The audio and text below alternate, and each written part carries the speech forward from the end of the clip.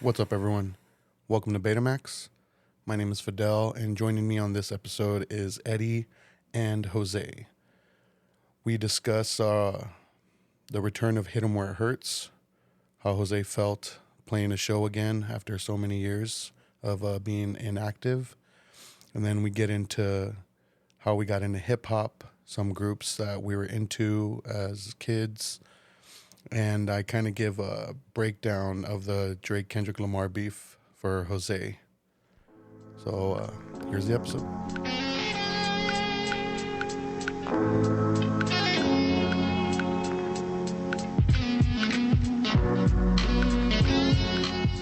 Yeah, when I saw them, they had like a noise person with them.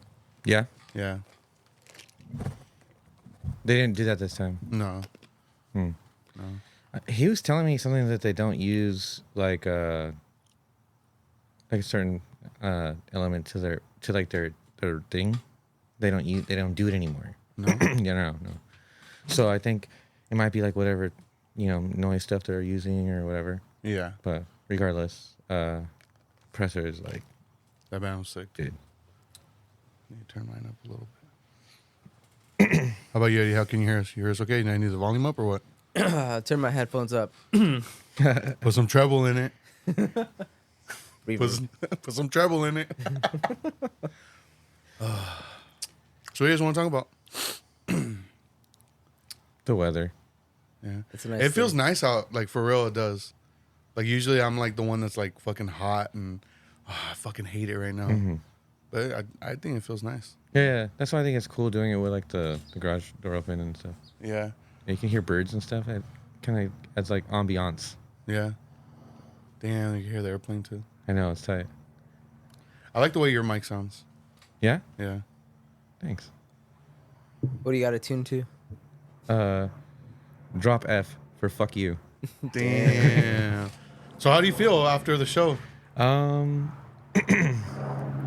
It's cool, dude. You know what I mean? I'm excited. It was cool being able to do it back, like run it back like that again. Yeah? Yeah, dude. I mean, it was cool. What I like is like the feedback that I'm getting from people. Mm-hmm. It's not what I expected. So it's like, dang, that's tight. It's really humbling. I appreciate it. It makes it fun. I had a lot of like anxieties going into it. Because it was like my first time doing that in a The while. comeback show? Yeah, and with this particular band, like there's, my mind had a lot of different things on a lot of different aspects about it, and going in there, like I just wanted to make sure that I put in a good show or whatever. Yeah. And like, yeah, once I was there, dude, and started playing, it was like, it's like, oh, I've done this a million times. Yeah. So I had fun, dude. It was cool. I'm glad everybody liked it. Damn, there's some good footage. I got some sick photos that were sent my way. Bro, it looked tight. Like, I wish I had my phone. But I saw that one shot that Punk Monk Ray got of you. yeah, that's the dude who sent me some pictures. Bro, Yeah. he had... Oh, he sent you like multiple? Yeah, he sent me a whole, it's a small, gallery. You did the Yeah. black and white ones, right? Mhm. Yeah, He also they has come out colored ones sick. in there, too. Oh, really? He has, colored ones that have that effect, where it's, was it, double exposure? I don't know, you can see, the movement. Oh, so it has like a blur to it? Yeah, but it's super clear. But you Yeah. can see, the lights, Yeah. kind of they make, a design, if you will. Yeah, the shutter speed is slower. Yeah, dude, he got some... Yeah. He got some bad... I like his pictures. He Dude, takes great he pictures. took pictures of Omar that look fucking hard, dude. Yeah? Yeah, dude, super sick. Yeah. No, it's cool, dude. And the video that you took was cool, so I'm able to kind of see it from the perspective, I just really wanted people to headbang to the heavy parts, dude, and think my guitar sounds tight and think that we are cohesive, so I feel like we accomplished that, and that's cool, so Yeah. it makes me excited for the next part of what we're gonna do. So we want to write more, maybe do a split with somebody or something, it'd be cool, do a local show, because we have the tape that's coming out, so Yeah. I'd like to do something for a release, maybe do it in Riverside, ideally, maybe kind of see what local bands around the area or anybody who willing to come out and support, be part of it, and just do it again, Yeah. be sick. Yeah, that would be sick. This might be like a heavy question, but do you remember Hit 'Em or Hurt's first show? I do. How do you feel about doing that show compared to doing this, last night's show? As far as like where you are in life and how you like just a different experience. That's cool. You asked me that. I was actually talking to Alexis this morning about that like very thing. But yeah, so the first show that we played was in the backyard show over by Loma Vista. That There- was where you guys wore the shirts over your faces. Yeah, right? yeah. So going into that show, like we were just hyped, you know, like we thought we were doing something like badass, you know, and like I think I've talked about it on the podcast. Like in retrospect, it was pretty silly, but we were like super amped about it. We thought it was a super tight idea, and they're talking to me, aren't they? I don't know. Probably. I heard daddy. I don't know. They're gonna have to do conflict resolution on their own on this one. Damn. You could do it live on the pod. Yeah.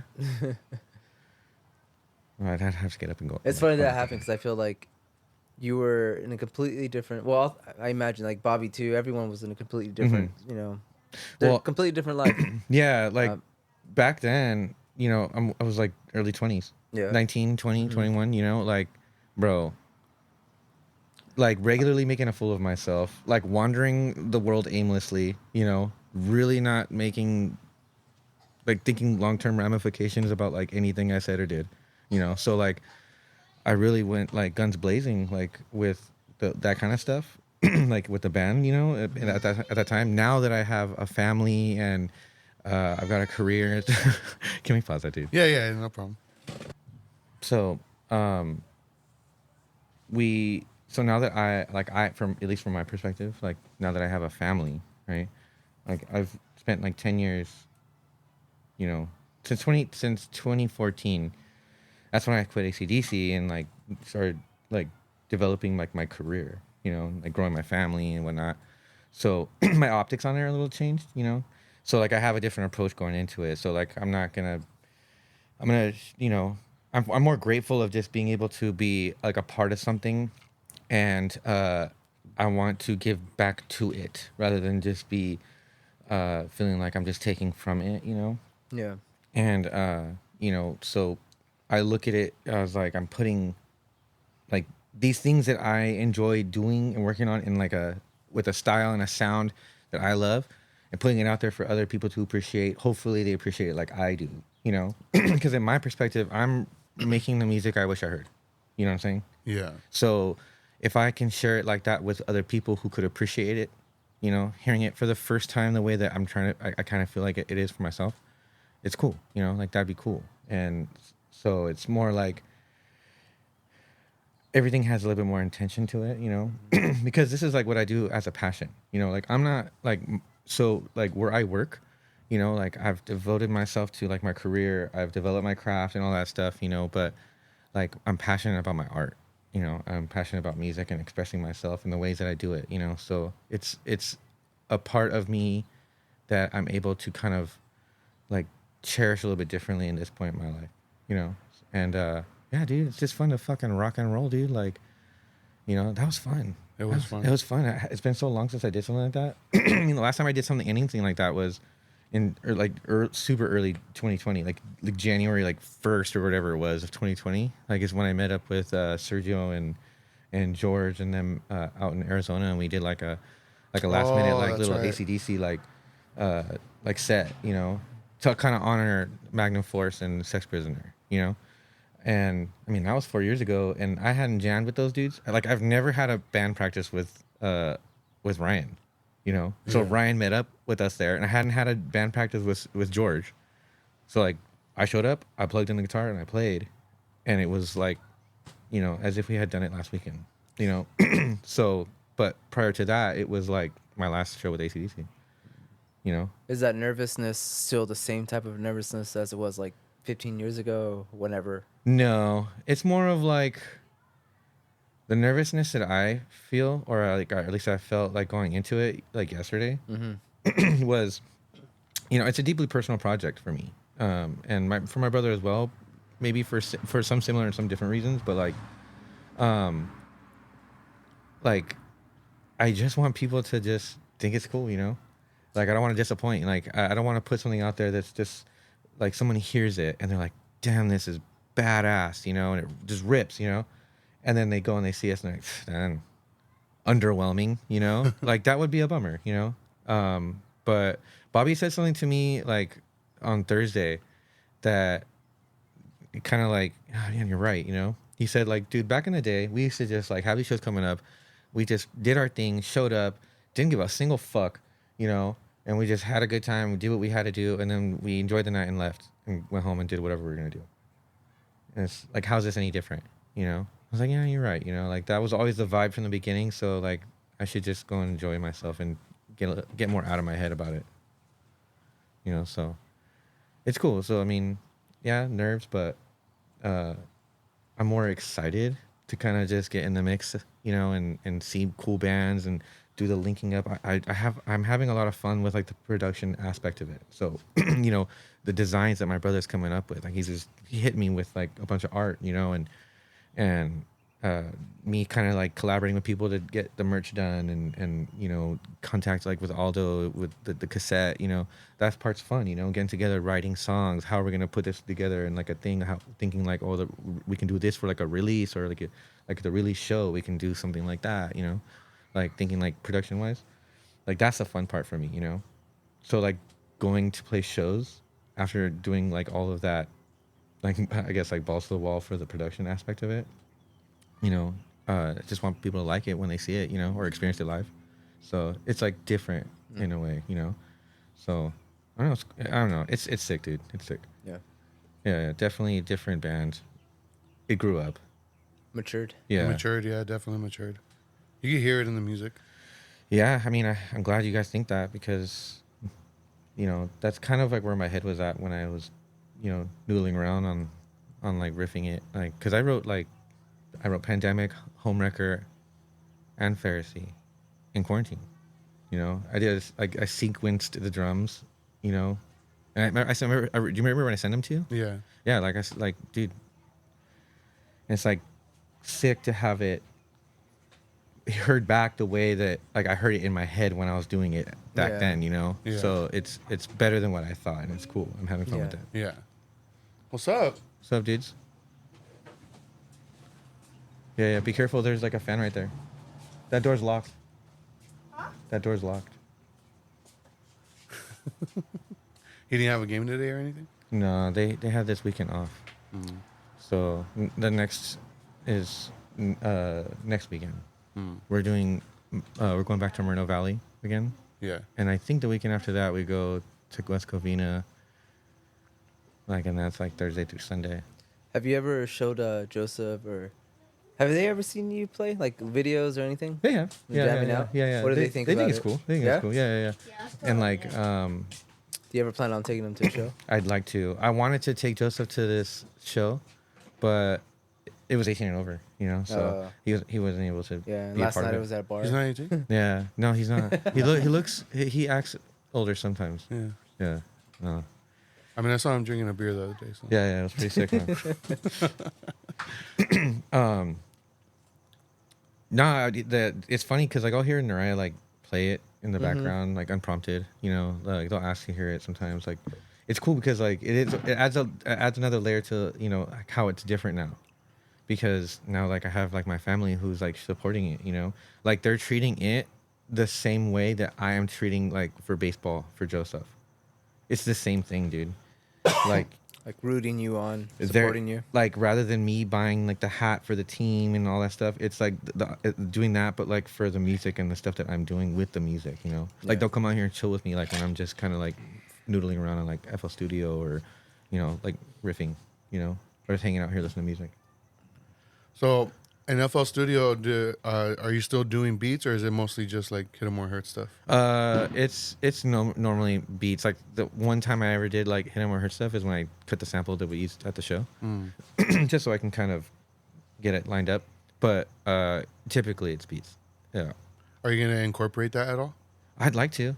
I'd like some- to. You know, like Spaz does, like hip hop shit. Yeah, sometimes? yeah. That's definitely on my radar. But like I just don't want it to be like corny or oversaturated, you know? Yeah. Like similarly to how I feel the sample works with Pharisee as like a part of the song in itself. Yeah. And kind of help make the song like a whole thing. Yeah.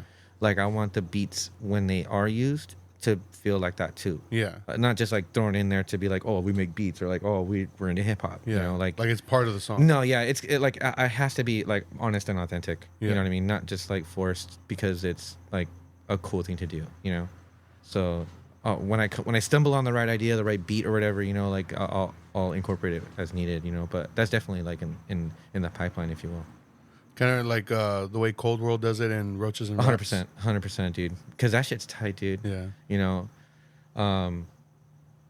if I could scratch, dude, we'd be like Power Violence Slipknot, dude. That'd be so tight. Yeah, dude. It'd be like, I can't swallow. Dude, it'd be sick, bro. Maybe it's a good idea you can't. I know. See what I mean? Like, because then, like that will get me so carried away, and then everyone's gonna hate it, including myself. What do you mean? That sounds tight as fuck. Yeah, it does. But like, maybe like a little too much for us, dude. You know, everybody's gonna be like, man. Have you You're ever like, damn, done this like, is suck it where it hurts. Have you ever done vocals over your beats? I've done like the stuff that I've written, like the guitar, like the power violence-y stuff that I've done. That I have put vocals on it, but that's just yelling. I haven't done like my own like rapping. Yeah. The only time I've done something like that is when I know we cut we did a song. Dylan and I would do stuff together. So I remember that. Yeah, we had like a Nasty Boys like cipher that I put together, and a track called "Burnt Down," which was like I made the beat, and Dylan had like the first verse, and then Dude, I love the way Dylan raps, dude. And that's like, I'm not just saying that. Like, I legit think like if he like was to sit down, and take it like super serious, and like make an album, like I think it would be sick, dude. Like, no, for real, and like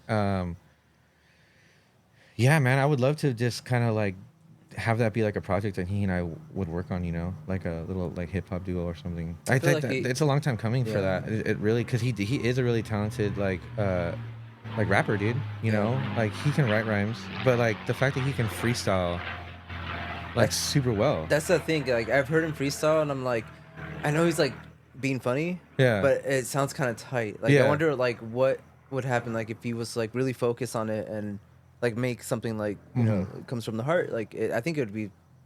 I think he has it in him if he tried. Yeah, dude. Like, I mean, he freestyled the stuff that we did on. I can't remember the name of that track, the Nasty Boys Cypher one. He like basically freestyled his verse, but like that's very old, and you know you can like a lot of filler, like go to like phrases and stuff. But his style as from what I've heard lately, is much more refined. Yeah. You know, so like he should totally like get back like in the booth, you know, for real, and see what he can come up with. You know, I think that'd be sick. Yeah, because I think the verse that he cut on the Burnt Down track that we did together, because I sampled Billie Holiday, and Dylan freestyled the hook. It was like burnt down, chin up, got me feeling like I'm in a rut. My mind, let my mind array. I guess I'm going nuts, but like I pitched it down so it's chopped, you know, like or screwed, if you will. So like, and that I was like, man, you're a genius. His ability to come up with stuff like right off his dome. 100%. It's crazy. Yeah, and then he goes into like this really like, cool like, more cerebral and like personal sounding verse that is not so much like abrasive and like in your face like how a lot of his freestyles are. It was more like kind of like in some like Mac Miller type shit, like a little bit more like mellowed and laid back and like speaking to your to a more like subconscious part of you, you know. And like he has, and that just shows his range too, you know. Yeah, like the fact that we're talking about a dude that we respect as a rapper and he has like no catalog. Yeah. Like Dylan, if you're listening to this, bro, like let's start working. Wasted potential, dude. Yeah, let's start. Let's do something.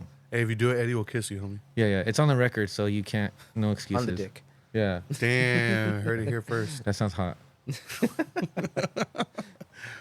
This is a certified hood classic.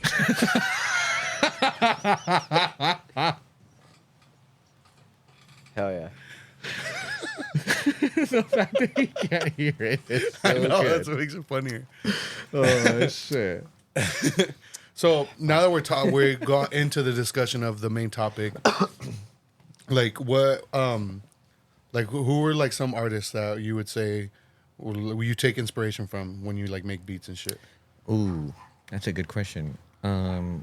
Lately, I like DJ Muggs. Yeah, Yeah, the guy that does all the beats for like, well, primarily works a lot with like the Griselda folk.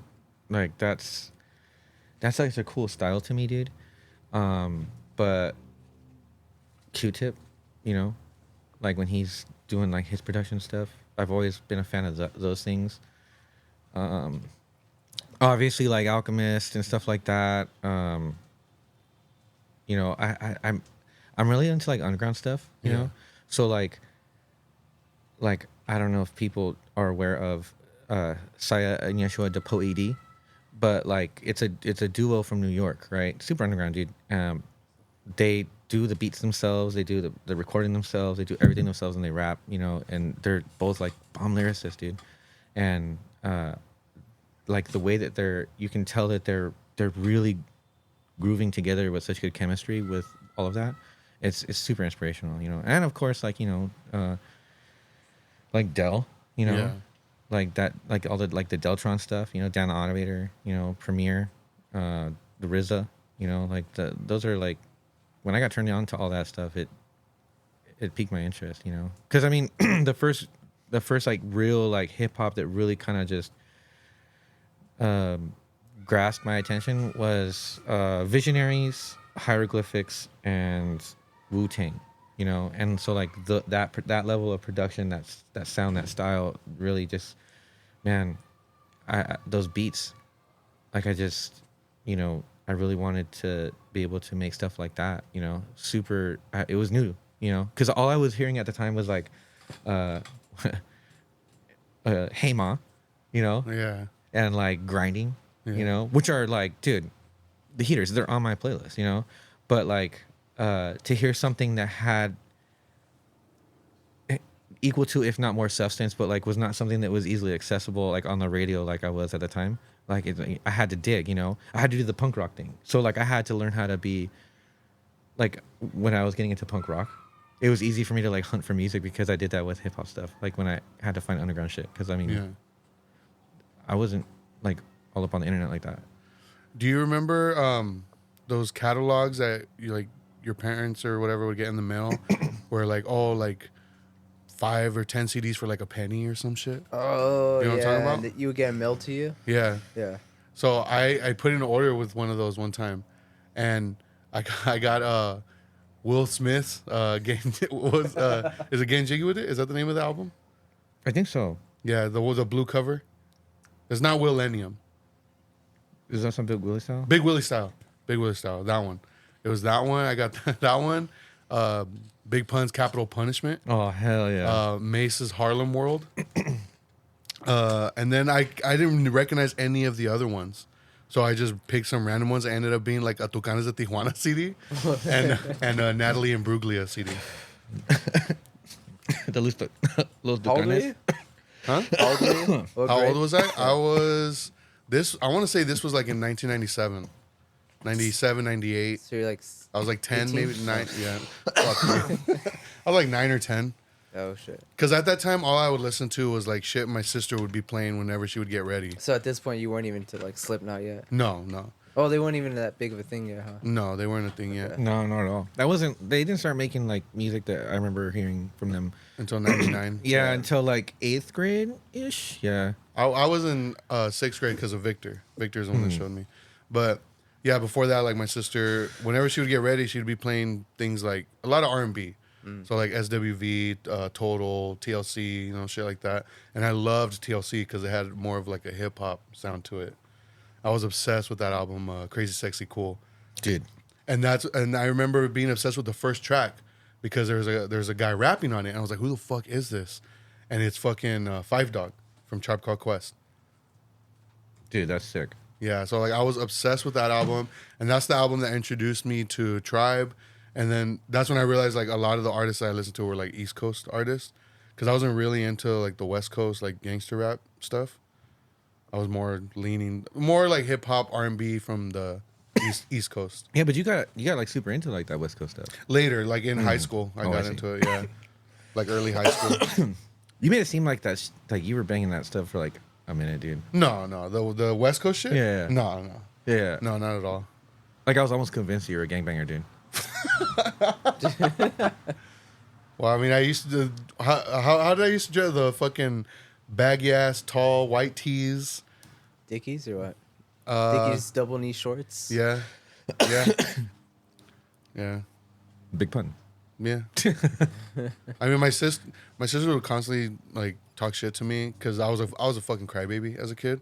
So You they still would, are. yeah, they would. My older sister would call me like a pussy or a panocha.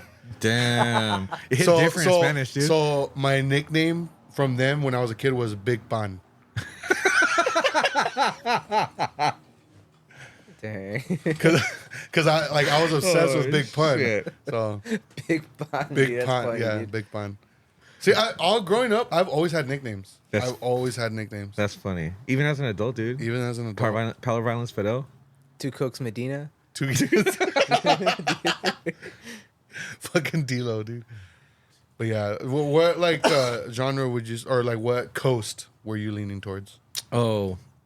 or did you not care? Yeah, I normally don't care about that, but if you were to like, Because I associate you with more like Bay Area stuff. yeah, Because hieroglyphics. you yeah, know?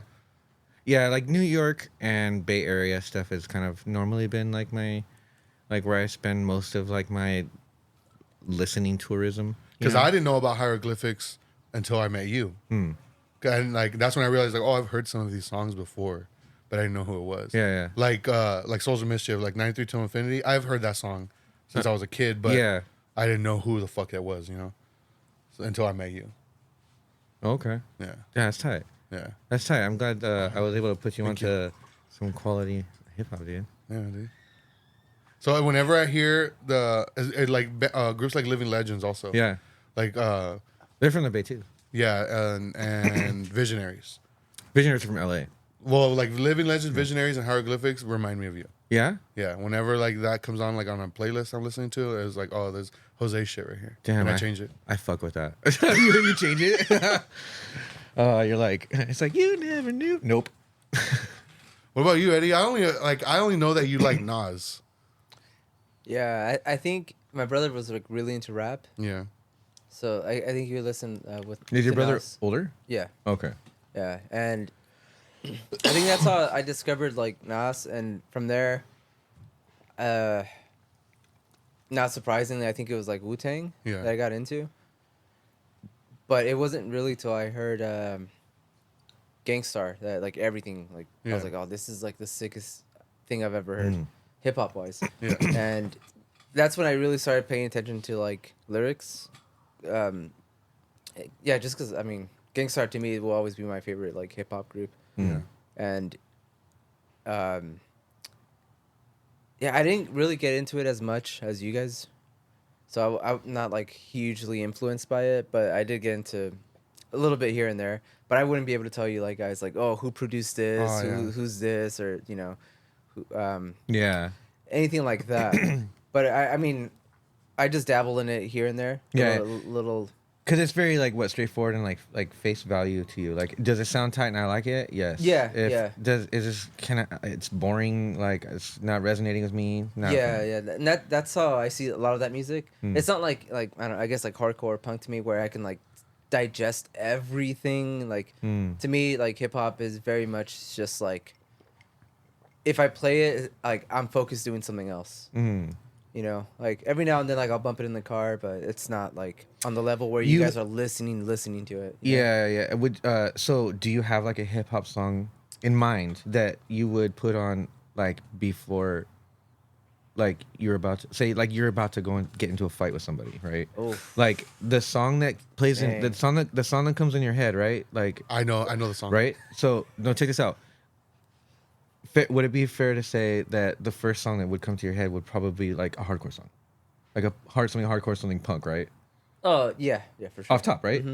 Do you have a hip hop song like that you would play? What are you thinking, Fidel? Lose Yourself, Eminem. Yes. Really? No. Oh, I was gonna say, dude. I never got into Eminem. Yeah, I mean, he's more rap than hip hop, right? But I mean, it's I know It's those kind of essentially the same thing. yeah. But I was never a big Eminem fan. I like Eminem. I like Eminem too. I mean, No, if I had to choose, it would be like his earlier, like fucking I The agree. Marshall Mathers LP. I agree. yeah. Just because I think as he got older, matured, his music did too, and I didn't like it. Yeah. I like his more like, I guess Not giving a fuck. shit where he was obviously going through a lot Yeah. of stuff, you know. like was it Infinite? Like, Oh, the EP? yeah, That was before he was with Dre. dude, that shit's hard. I don't think I've ever listened Yeah. to it in full. God sent me to piss the world off, dude. Like, that. Yeah. When I heard that, I was like, damn, that's fucking. He wild. reused that verse on was it My Name Is on the Slim Shady LP. Really? Mm-hmm. See, that goes to show you how little like I listened to that. Oh, dude, when Marshall Mathers LP came out, I was listening to that shit all Yeah. the time. Yeah, I was like, damn, this shit is fucking crazy. He's saying some wild shit, Yeah, like that song Kim, where he's like Mm-hmm. about, oh, dude, yeah. Like, Stan. Stan, yeah, Like, dude, like dude, the fact that I saw a music video for that at a young age, I was like, man, that was deep as fuck, dude. Like, it kind of blew my mind. Like, that will always be like his best song in my opinion. I think it's funny too how like that's where the term like Stan culture, Yeah, like it comes from that song. Yeah. a lot of people don't know that. That's yeah. funny. Toxic fanaticism. Yeah, yeah. Have you seen that show Swarm? Yes. Like that's toxic Stan culture, right Yeah, there. dude. Yeah, Word. Yeah. That was a badass show, dude. yeah, it was, dude. Yeah. Have you seen it? What was it? Swarm. No. It's on Amazon. Dude. I know you're gonna like that. Yeah. Yeah, you're 100%. I'll check it out. I'll put money on it. It's fucking tight. Dude, it's such a good. I think you would appreciate it because it's about like this girl who, super fan of like this particular artist, you know, and I think it's kind of like an allegory in a way to Beyonce, right? Oh, 100%. Right? Because Beyonce, what do they call her fans? Like the Queen Bees or something like that? I don't know, Beehive. I don't know. Something like that. And like the fans in the show are In the- called the Hive, I think. Really? I think so. Okay, so perfect. So- So it's called Swarm. You know, so, I've seen that title. I've It's yeah, nuts, dude. yeah, It's nuts. It takes a pretty crazy turn.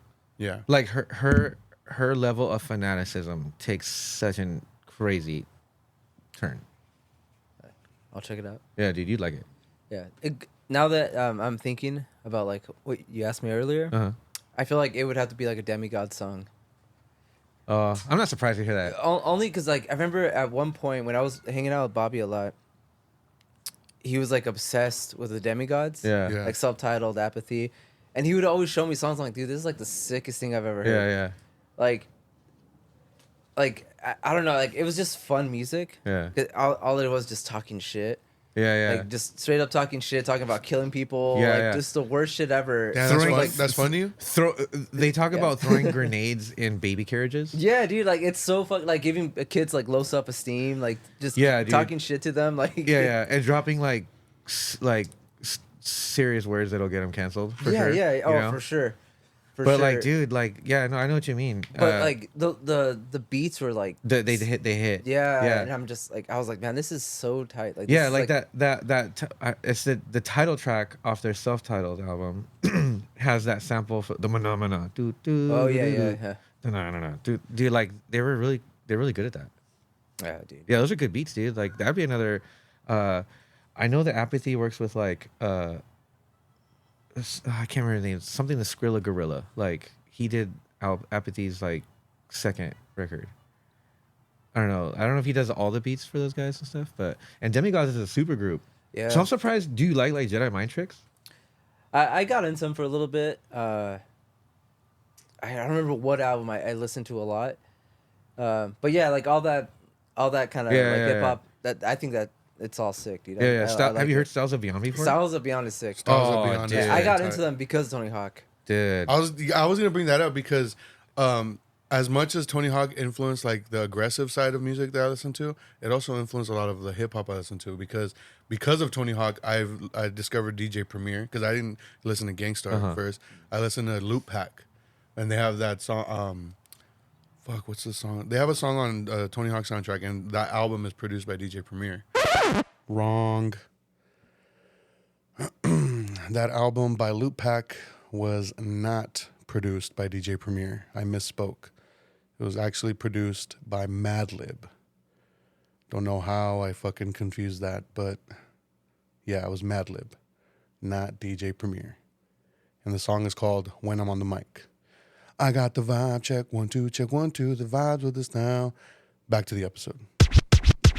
And then they also introduced me to Mos Def because he's featured on a song with the High and Mighty called B-Boy Document. Damn. That's on there. Oh, I remember that song. Yeah, and then What Styles of Beyond song was on there? fuck, there was a Styles of Beyond song on there. I remember Was it Survival Tactics?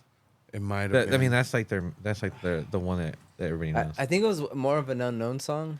I don't But remember. I just remember like that it had like the sickest beat. It almost sounded like a Nintendo villain kind of beat to it. But that's how I heard of them, and I searched the catalog. I think on YouTube. That was back when like you can just listen to like yeah. Yeah. all kinds of stuff without ads. But yeah, and I would just like listen to a lot of their stuff on there. But yeah, but they have a song on the Demigods have a song on. I think they only have 2 albums, and it's I don't remember. It's like a classical song, but obviously like a hip hop version of it. Mm-hmm. And I think it's like the second song because they have like a little intro, and I think it's like the second. I you- think it's called "The Gods Are Crazy" or something like that. The Gods Are Crazy. Yeah, that's the that's a Demigods. Yeah. And so I think I would probably choose that song Nice. out of it just because I think it's sick. The lyrics are sick, like everything about Yeah. it. Thank you for not saying Annie up, dude. Anyway, Annie up. yeah. Kidnap that fool. Yeah. Thanks for not picking that, dude. The Styles of Beyond song is called Subculture. yeah. Oh, Subculture. I Subculture. love that song, dude. Yeah, that was the one. It was in Tony Hawk 2. That's what I just looked at. Yeah, that's right. And then Tony Hawk 3, they had If You Must by Dell. Yeah.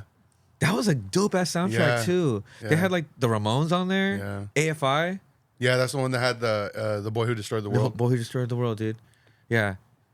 Dude. And that Dell track on there is tight. No, you're right, That- dude. that's I also- forgot they do hip hop. Yeah, because now that you mention that, like they also introduced me to Dell. Yeah. Dude, it's crazy too because I was super into like the Punkaramas, right? Yeah. And so that's Epitaph Records. And it wasn't until maybe about like number like 8 or 9 or something like that, I started seeing like hip hop, like I think maybe Atmosphere may have been on one of them. Sage Francis, like could that Anticon like type stuff. They were mixing it in with Epitaph, so I guess Epitaph started making like hip hop records, Yeah. and it's like, oh, that's that. Like I didn't know they did that either, Yeah, I forgot that Tony Hawk did hip hop songs. That's right. They had that fucking Anthrax Public Enemy. Yeah, that's right. Yeah. That's right. The Bring the Noise. Bring the noise, dude. Man, Tony Hawk was all over the place with their It was. soundtrack because they even had like crazy, like really like underground shit like Das Oath. Yeah, was they on had there. Das They Oath did on have there? Das Oath. That was not a Wasteland, right? No. Wasn't that the third one? Was it the third one? No, I think that was No, underground. that was that was Underground? underground. That was a later one Mm. where the graphics were fucking nuts. Yeah. Fuck. Yeah. And then I think it was which is the one that had like it's all covers? Wasteland. Was that American Wasteland? Yeah, American Wasteland. Okay. Where it was like new bands covering like old. Yeah, punk bands. like I think My Chemical Romance, Astro Zombies. Yeah. Taking Back Sunday Yeah. did A Suburban Home and I Like Food as one song. Yeah. Oh, dude, I like that version too. I do too. Yeah, dude. I do too. Oh man. Did you guys ever get into Southern hip hop? Yeah, I mean, like not super. Like I like dove deep into that. Yeah? Yeah. That's where I started dressing like fucking baggy ass white tee. hell yeah, Yeah, dude. hell yeah. Because I came across it because Is Texas considered like southern Yeah, in that aspect? Okay, yeah. yeah, All right. you know, you got like DJ Screw, Yeah, and, yeah. you know, like all the chopped and screwed shit because of him. But I came across it because I think Cisco was listening to it a lot at the time, and that's when me and him hung out like every day. We were, I believe, juniors in high school. We were going to Alvord, and but I remember that also transitioned to me getting into like mashups. Remember there was a time Oh where yeah. so that all started with the Southern hip hop shit because Really? yeah, because my mom used to go to the store off of Philbin by Stop and Shop called I think La Noria. I think that's what it was called. It was like a carniceria. She would go to get meat there, and there was always a lady outside that sold bootleg movies, and so I would always get something, always. And I saw she had something like with music videos, and I was like, oh, what the fuck? So I got it, and it was all a bunch of like mashed up music videos, where it was a music video for a song, but like it was the vocals of the song with a different beat over it. And I was like, damn, this is fucking tight. And that's where I found Slim Thug, Mike Jones, Crime Mob, Yeah. Lil Kiki, all the southern Dude, shit. Crime Mob? Crime Mob. Hell Nuck yeah. If You Buck. Yeah, dude. I would always play that one because the beat, and I didn't know it was like a different beat because when I heard the actual song, it was a different beat, and I was like, wait, what the fuck? Dude. I wish I still had those DVDs, dude. That'd be so sick. Well, like Outkast and stuff too. Yeah, oh yeah, I had known about Outkast just because like they were popular, big yeah. as fuck. I had no idea like the region thing wasn't a thing for me yet, you know. So it wasn't like, oh yeah, this group is from this place, you know. Do you know have what a I mean? favorite like southern like rapper or group? UGK. UGK? UGK. Oh, okay. I love UGK too. I love like Bun B and Pimp C's flow, the way they like complement each other. Yeah. And I discovered them through Jay-Z because of the song Big Pimpin'. Yeah. They're featured on that song, and I loved that song. Damn. But that song also made me realize I'm not. Those are the really- verses that I like the most on that song.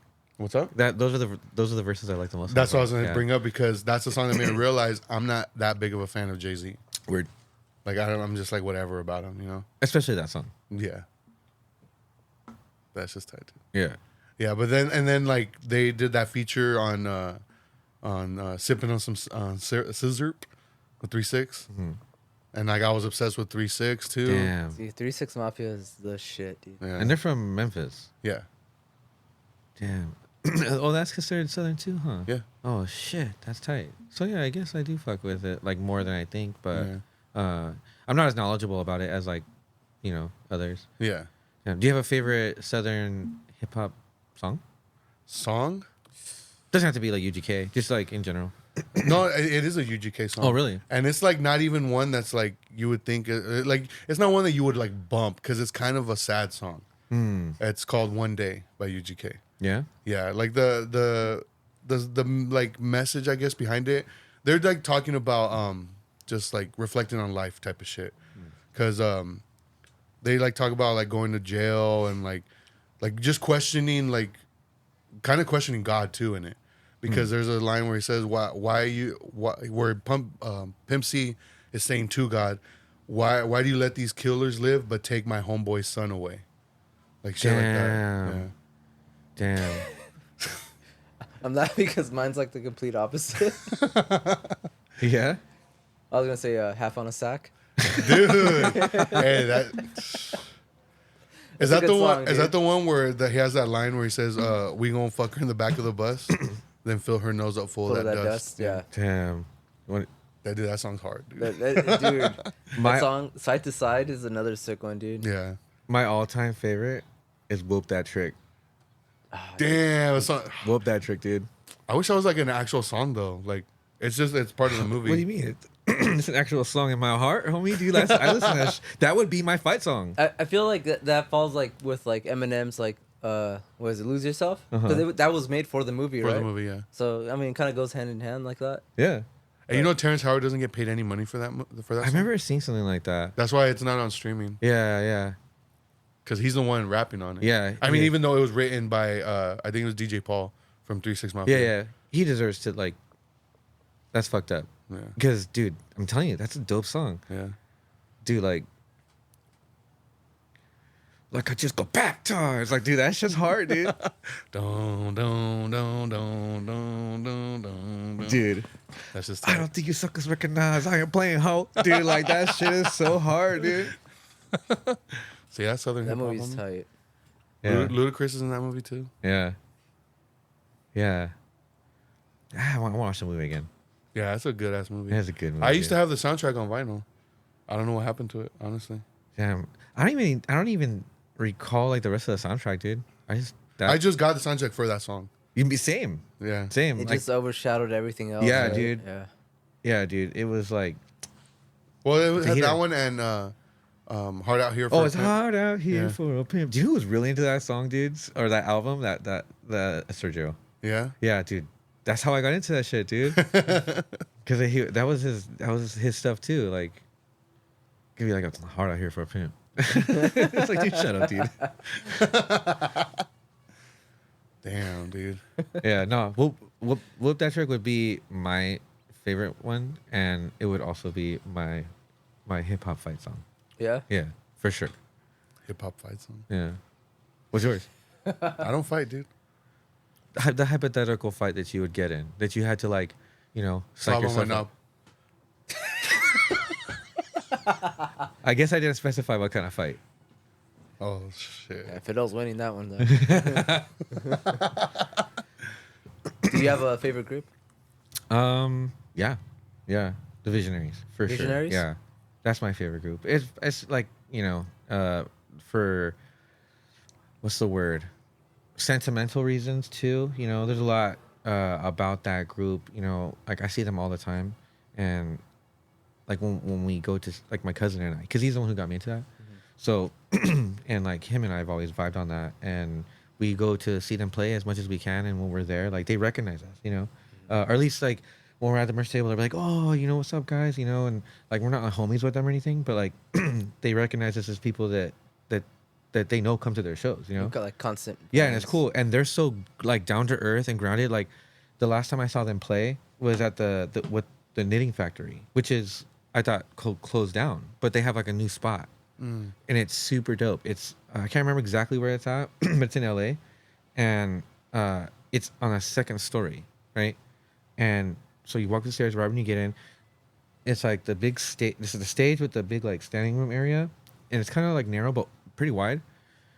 And then off to the side, there's like this full ass bar, and then you step outside and there's like a patio, and you can smoke or have your drinks out there or whatever. And then they have a little cutout, and there was a dude selling tacos, and they had like vegan tacos, like, super cool setup. So they were playing there, and they were testing out like new stuff, like, for their sets. Because I mean, I've seen them a lot, and like, so Rhythmatic had it hooked up to his controller where you can play like videos. So like, as the music was playing, and he would drop it on the second deck. Say, on deck one, like, they're playing like, oh, I love hip hop, and on the second deck, he has, like, let's say, Audible Angels, right? He would say he scratches it on this side. So on the screen behind them while they're playing, you have like the I Love Hip Hop music video that they have, right? And it's like them playing that song live at a concert, and it's fucking buck wild, right? And then he would scratch using the next song he's gonna play on his second deck. Let's say it's Audible Angels, and then you can see it cut in with the scratches on the screen, So like, and that's something that a lot of people can do, but I have never seen them do that before. So it seemed like they were doing like a lot of like testing it out, and they're like, "Oh, we thank you guys for coming," like their hearts are so big about it.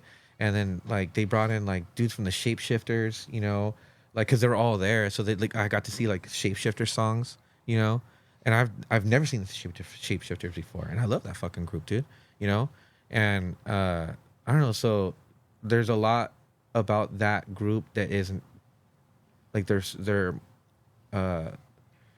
like they're more down to earth, you know, and I can appreciate that. Like it kind of feels like a very underground, very subculture of it. You know, they're not like a big group. You know, they're not like Common or, you know, like anybody who's just like a hot name. You know, like you know, like what does a Kendrick Lamar concert cost? You know, like if you look in comparison to what I pay to go see the Visionaries play, right? And it's significantly cheaper. You know.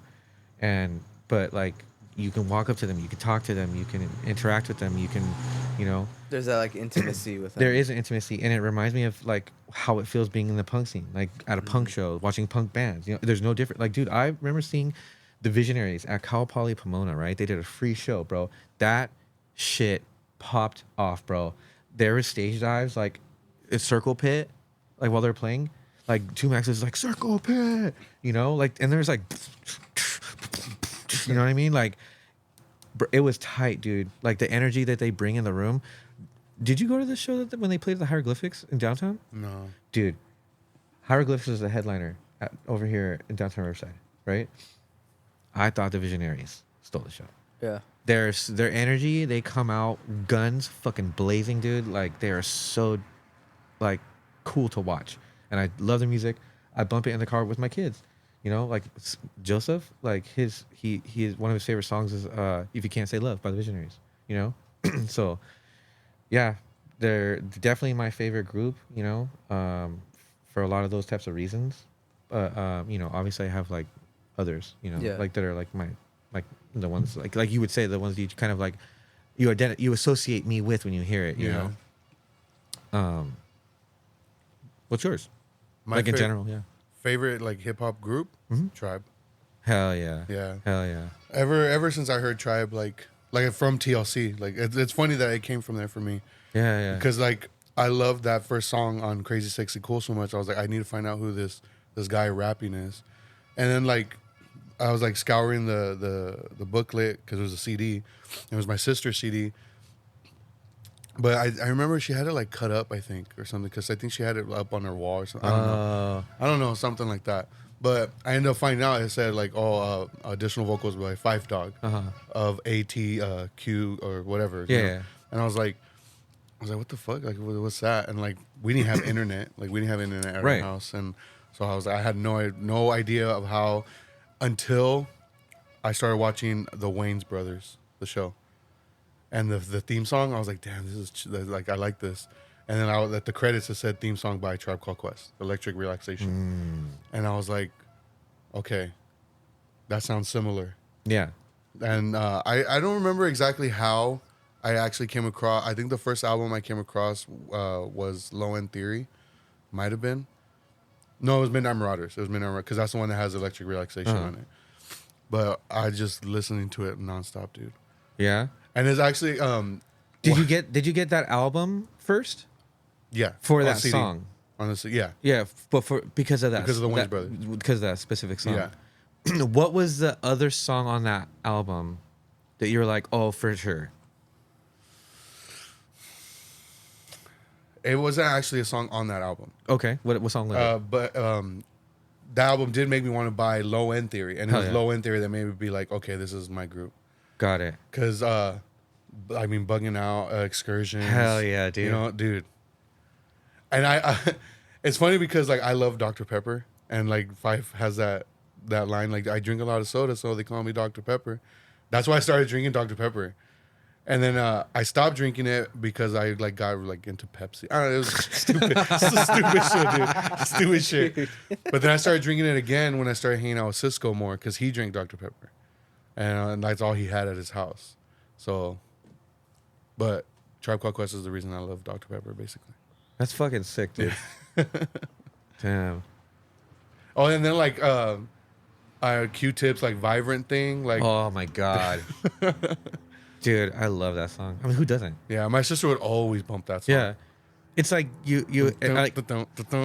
It's that song that you hear on like the go-to like playlist, like when Camp Lo's Lucchini pops up. Oh, like, yeah. It's like like it's one of those, dude. Yeah.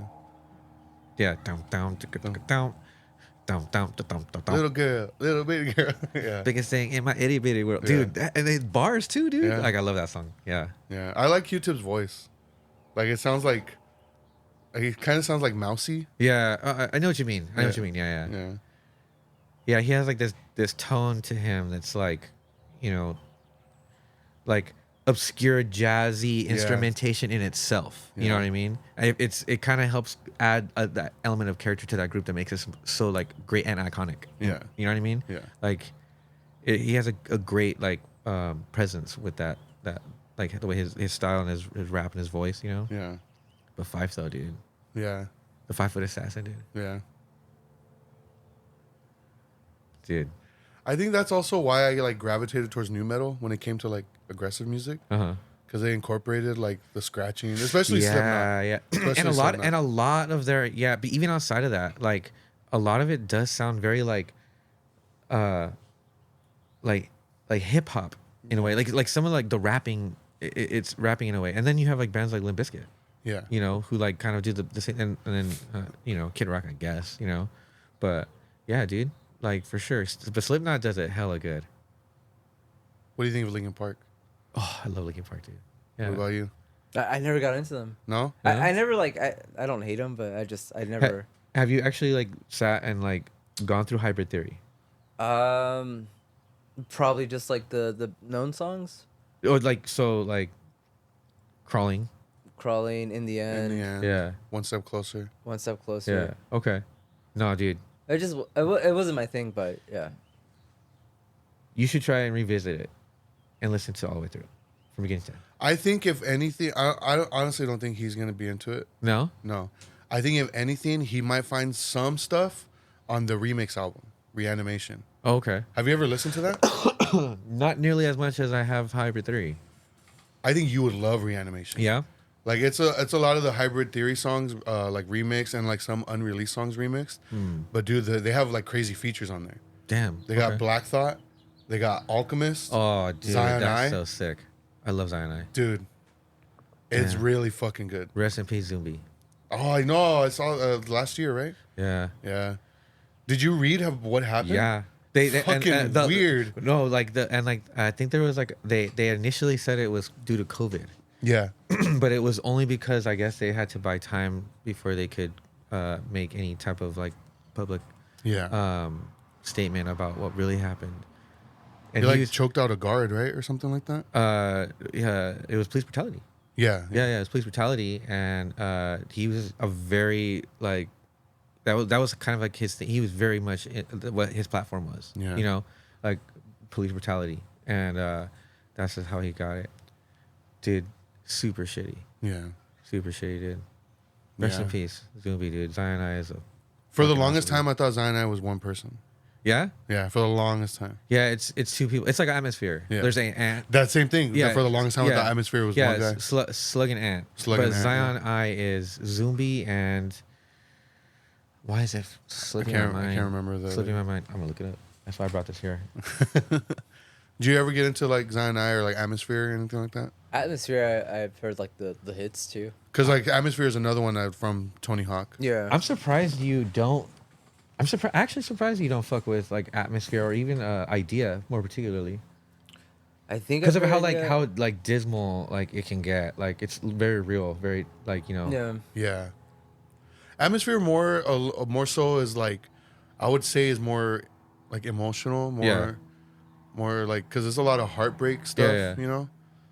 Do you have a favorite Atmosphere song? It's my favorite, but I don't like listening to it because it's sad to me. Yeah? It's Yesterday. Got it. Yeah. Yeah. That's a And- good song. I love that song. That's a And great song. The reason why is it's not necessarily because like it is a great song, and like the whole misdirect of it, Yeah. But that song reminds me of Sergio. Yeah. And the reason why is because I remember I was working at the ambulance company, and I had music playing, and that song was on, and I thought I saw Sergio walking. And this was already like a year or two after he had passed. Really? And I thought I saw him walking. I was like in West Covina. Yeah. And I was like, it was tripping me out, dude. I thought I saw you yesterday. Damn. So that's why I can't like. I love that song. It's hard to hear. Yeah. Nah, I feel that. I feel that. It's funny you say that because a similar thing, different song, same group, The River. The River. It's on one of the sad The Sad Clown. Bad Dub mixtapes. They sample. I think they sample Moonlight Sonata. You know, do. Oh yeah. And it's about loss. It's about grief. Like, it's like like something about you never got to like, you got to meet the sun before you got to meet my son. Yeah. You know, and it's like, bro, that's Slug. I feel like Slug is underrated, to be honest. damn, dude. Slug, that's a great lyricist. Yeah. I feel like he doesn't get a lot of shine. Really? I don't think so. I don't think he does. I never hear his name come up in conversations of like lyricists. Like, Oh, that's true. That's true. people usually go to like the go-tos, you know, like like Black Thought or or fucking Fife. Fife, You know, Nas. Yeah, I see what you mean. Like not like recognized as like when you have the same conversation about like peers and colleagues. Yeah. I see what you mean. No, but like I mean, everybody else I know, you know, will very quickly say like what we're talking about, like him being like one of the best. Yeah. Damn. Yeah, I'm surprised you don't listen to more Atmosphere, dude. Before that song, the album I would listen to a lot was God Loves Ugly. Oh yeah, of course. Yeah. You know, Overcast is like still. Oh yeah, Overcast is. Like that's a special place in my heart. I remember the first time I heard that, dude. Like, Is that the first one? Mhm. That's when there was 3 people, wasn't it? I think it was 3 people at that point. It was the only one release where they have 3 members. I can't remember the other rapper's name in that. yeah, I don't remember either. But there was 3 people at one point, and it was just that one release, and after that, it was just slugging it. Damn. Did you guys ever get into the more like, I guess like Beastie Boys type of stuff? Like, because I know you guys mentioned like the rock thing. Yeah. Who can I like? Who would sound like Beastie Boys? I feel like they were very unique. Amp Live. Huh? Amp Live. Cyanide. Oh, okay. Amp Live and Zumbi. Yeah. Yeah, Amp, yeah. Amp Live's another great producer. Yeah. I don't know, like, cause I always thought like Beastie Boys were kind of corny. Yeah, that was And- my experience going. Yeah, up I with was them, like, And you think differently now? yeah, 100%. Same thing. Yeah, Same thing. Like I listened back to, especially the song Intergalactic. I thought it was a cool video. I Yeah. loved the video. Yeah. But I was like, this song's kind of dumb. But like I listened to it and I was like, dude, I fucking love this song. Yeah, there's a lot of that, like their first stuff that I like. It's hard to fuck with, dude. Yeah. You know, like corny. You know, it wasn't until after like I started learning more after have seen that special that they did, Oh, and yeah. like you know, kind of just and any other things that I've seen. It shows like you know their growth, the gap in between like. And like where they were at in their lives and their heads, like during these making of these different albums. Yeah. So it's like, dude, when you think about the album, I don't remember which one it is, but it's the one that they did when they're like all bunkered down like in LA. I think they like Q-Tip came out. Is that Paul's Boutique? I think it's after Paul's Boutique. After Paul's Boutique. Paul's Boutique is an underrated. That's the one where they were trying to change it up a little bit. Yeah, that like when they got super experimental. I think it's the Yeah. one right after that. What is it? I don't remember. I'll Google that shit too. Yeah. I remember coming across their demo tape, the Polywalk Stew EP, when they were still like a punk band. punk band. I came across it at the spot by Good. Do you remember Goodwin's? Yeah. The UCR. Yeah. There was a record store over there called Groovers, and the guy had like his record selection wasn't that great, but his tape selection was insane. Yeah. And I came across the Polywalk Stew EP right there, like an original German import. And I Shut was up, like, dude. Yeah, and I That's was- crazy. And he did not know what he had, because I even looked it up to make sure like all the markings, all that shit, you know, matched. And it was only going for like $80 on eBay, but I was like, I'm gonna buy this shit. So I went up to the counter. And he fucking charged, I think, like $2. Yeah. Yeah. He's all like, oh, I remember because he goes, I think he had told me, he's all, you know, that's not the hip hop group, right? Ill Communication. Oh, okay. Yeah. Isn't that the first one? The first. What do you mean? Oh no, I'm thinking Like their first actual album? No. I was confusing it with License to Ill. Yeah. Oh yeah, License to Ill. Yeah. No. Yeah, Ill Communication. Ill Communication. Was like, or I don't know. Yeah. Whatever. Damn. Ill Communication, is that the one that has Sabotage on it? I don't know. This one has Root Down. Yes, Sabotage. Tough Guy, yeah, and Tough Guy. That's like the like from the demo era. Yeah. Tough Guy. Down. Yeah. Yeah. I can't think of anybody else that sounds like Beastie Boys that I would be into. Like, Yeah, I'm just trying to think like There's, out of like, the modern ordinary, groups. like yeah, like those guys. Oh like, yeah. Yeah, we talked about that. Yeah. But like from that era, they were kind of hard to like, I guess, lump in yeah. to like certain. Yeah. You know. They did their own thing. Yeah. I feel like they took a lot of influences from like everything. Yeah. Too. Yeah, that's because they weren't like boxed into just being like hip hop artists. Yeah. You know, because like they're kind of like a byproduct of somebody else's like, you know, brainchild, if Yeah. you will. You know what I mean? It wasn't until they started making music on their own and exploring their own creativity is when they started having like those cool ass like rock albums. you Yeah. know? How do you guys feel about hip hop beef? Hip hop beef. Yeah. It's funny because like that's where the birth of this episode came from. No, I'm saying it's funny that you brought that up because like that was the original idea for this episode. Yeah. Like we're specifically going to be talking about the Kendrick Drake beef. Mm-hmm.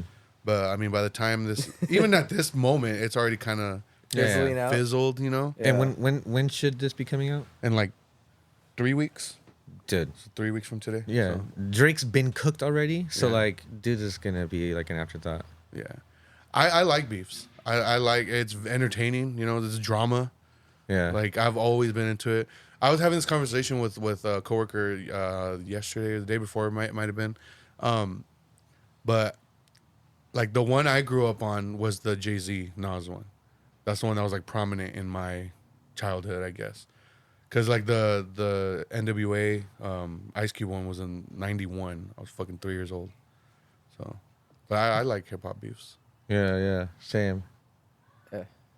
I can't, dude. I'm vegan. Stupid ass motherfucker.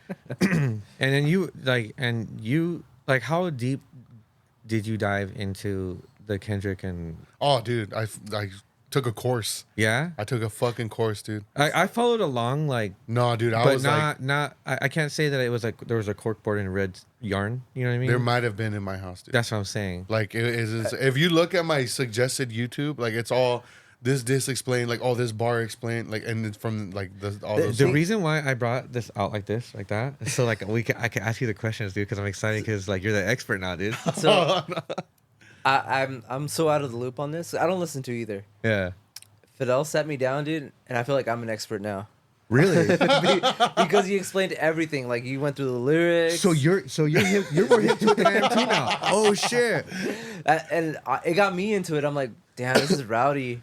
Like I didn't know like just how much of a phenomenon this became. Like it Yeah. wasn't just like, oh, these two dudes are beefing back and forth. Yeah. Like it became like a trend with Yeah. TikTok Dude. and people, social media, and like Yeah. people, like kids were coming out to like fucking sports games with songs like. That's you know, what I'm like, saying. It's Like there is crazy. a dude on my kid's team, on Joseph's baseball team, comes out and is like, "You're not like us. They're not like us," you know. And it's like, bro, that's when I texted Fidel and I was like, "Bro, you know that Drake is cooked when you have a little kid, a little white kid, coming out. That's their walk song, right? Mhm. And like it's in rotation on the radio."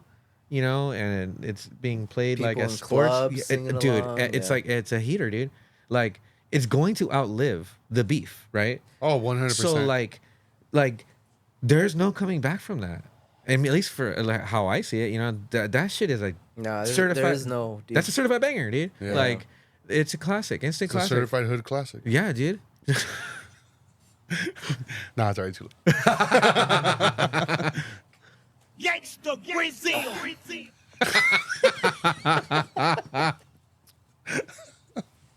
yeah. dude. Oh, dude.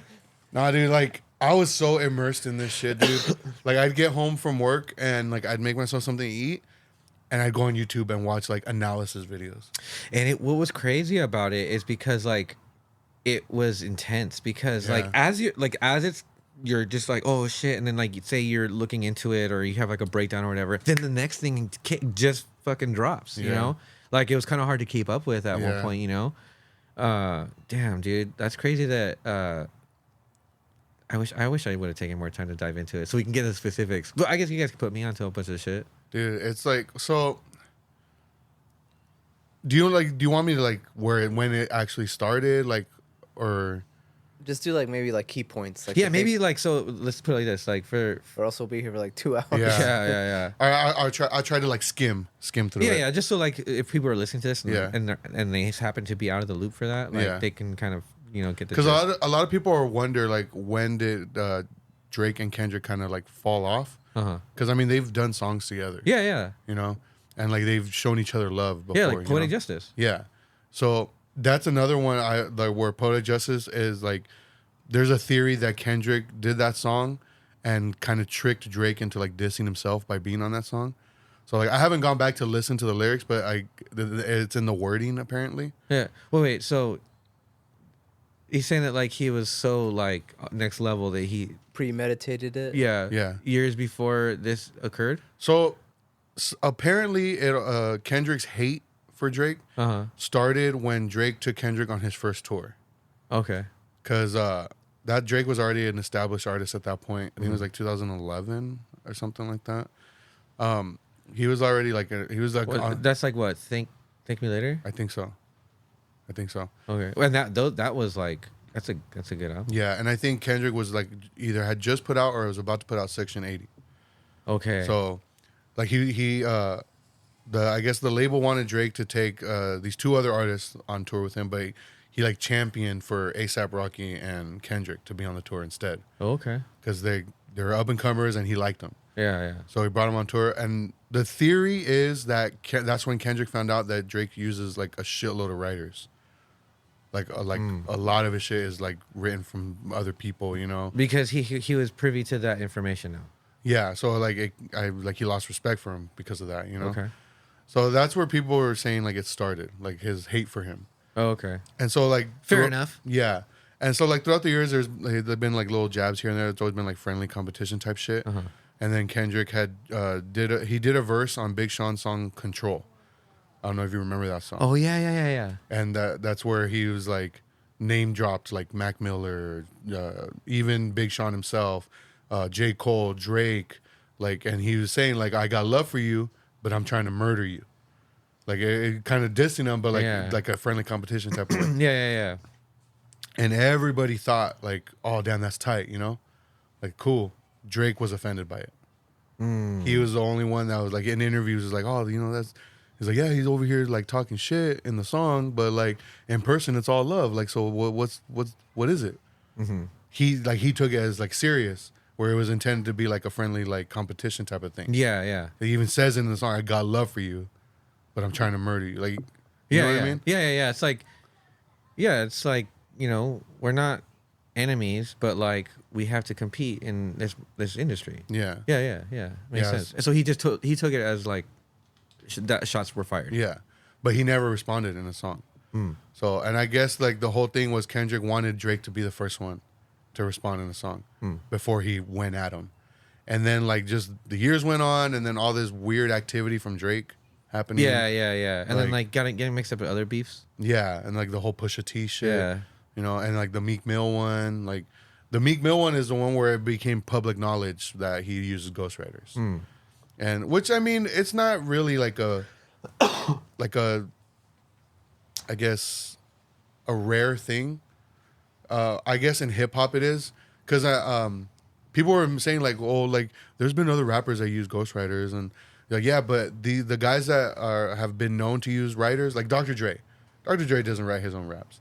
Like in NWA, I don't know if you knew that. Yeah. Like in NWA, he had Ice Cube, and then once he got Eminem, like all the shit on Chronic 2001 was written. Dr. Dre shit was written by Eminem. Yeah. I mean, it's a collaborative kind of thing. Yeah. I imagine. But he's never been like claimed or been like referred to as like the greatest rapper of all time. Like producer, yeah, like he's been referred to as that. But he's never like tried to get that claim like, oh, I'm the greatest rapper of all time. Where Drake constantly does that. Yeah. So like that's where people would take issue with it. Yeah, And- like was it like last name ever first greatest? First name greatest, yeah. Like I see. Yeah. So that's why people took issue with it. Yeah. I can see why, because that's a pretty bold statement. Yeah. You know. Yeah. So like the whole shit started because Drake and J. Cole did a song called First Person Shooter. Uh-huh. And like it's actually J. Cole that said the verse. Like the people trying to say who's like the greatest, is it what did he say, Dot, Aubrey, or me? Preferring him, Drake, or Kendrick. And he says like right after he's like, and I'm feeling like Muhammad Ali. The way I see that, like as a hip hop fan, he's saying like, yeah, these guys are cool, but I'm better. Yeah. So like I can see why I got love for you. Yeah. But I'm here to murder you. Yeah. So I think Kendrick took that as an opportunity to like, okay, like because the theory is that he's been wanting to reel in Drake. Because there's the fuck a big three is big me, right? It Yeah. sounds like he's saying the same thing that Cole is saying. Yeah. If he's saying it the way that you're saying. You yeah. know? So, but he still had it like he put that. Hold on. He Cole did that verse. The song came out, and then Kendrick was like a surprise feature on Future and Metro Boomin's collaborative album. And they on the song Like That, and that's the song that like started everything basically. That's where the one where he says like fuck the big three, it's just big me. Yeah. And like where was I going with this? That J. Cole's a bitch. Yeah. Or failing Okay. out. So Yeah. Right okay. after that. So there's like this beef got so big, there's like conspiracy theories behind that now. It's fucking wild. That is wild. Like I guarantee there's gonna be a documentary made about this beef. There has to be. There has to be. Yeah, like this it took on a life of its own, dude. Yeah. Yeah. So like Kendrick did that verse on Like That, and then Cole released a surprise album called Might Delete Later, which is funny because he ended up deleting one of the songs like later on after he fucking released it. Yeah. But and he had the last song on it was 7 Minute Drill, which was a diss at Kendrick. And it's not a bad song, you know. Yeah. I like J. Cole. I do like J. Cole. And that's definitely not like his type of energy. He's very like keep the peace type, you know? Yeah. And so that is to hear him do a diss track was kind of weird. Yeah. But I liked it. I did like it. And he was saying some shit on it. I was like, I don't think he even believes what he's saying. Yeah. Because he's like talking shit about Kendrick's catalog. Mm-hmm. And like I was like, I don't even think he believes that. Yeah. So I was like, whatever. Yeah. I mean, like, could he have been roasting? Maybe. Just Like, kinda are they cool like that? Oh, yeah. Like where he like it's like, you know. Yeah. No, yeah. Kind of like how you would 100%. be like, oh, like we should do this and this and that, and then like, oh no, I'm busy that day. You know what I mean? Yeah. You know what I mean? Like Yeah. it's not a diss. It's It like, could, definitely have been on some type of shit like that. But he he does this festival called Dreamville Fest. Yeah. And he came out on stage and like apologized. Yeah. I remember seeing that. And like people were like just shitting on him and like being like, what the fuck? Like, this is hip hop, you know, it's competition. You don't do shit like that. You claim to be the greatest, and like now you're taking back a diss. Like that's bitch shit, you know. Yeah. And like you don't deserve to call yourself like the greatest now. Like you can't take you serious anymore. Yeah, because I mean, like if you think about it from like a cultural perspective, like that being like embedded in like hip hop culture, like that's kind of like normally not what you do. You know, you just because you don't back out of it like that. Yeah. Do you have an opinion on that? Initially, I was like, oh, that sucks. That's stupid decision. Yeah. Like even if he felt regretful for it, he shouldn't have deleted it. Yeah. He should have just left it. Like whatever it happened, whatever, own it. Like I remember hearing something like it might have been like from because I got my homie Vic at work that he's also like super went down that rabbit hole. Yeah. So he would send me a bunch of interesting things as well. So shout out Vic if you're listening. He's a regular listener. So that's what's up. yeah. and I remember him saying something a lot like, somebody may have reached out to J. Cole, right?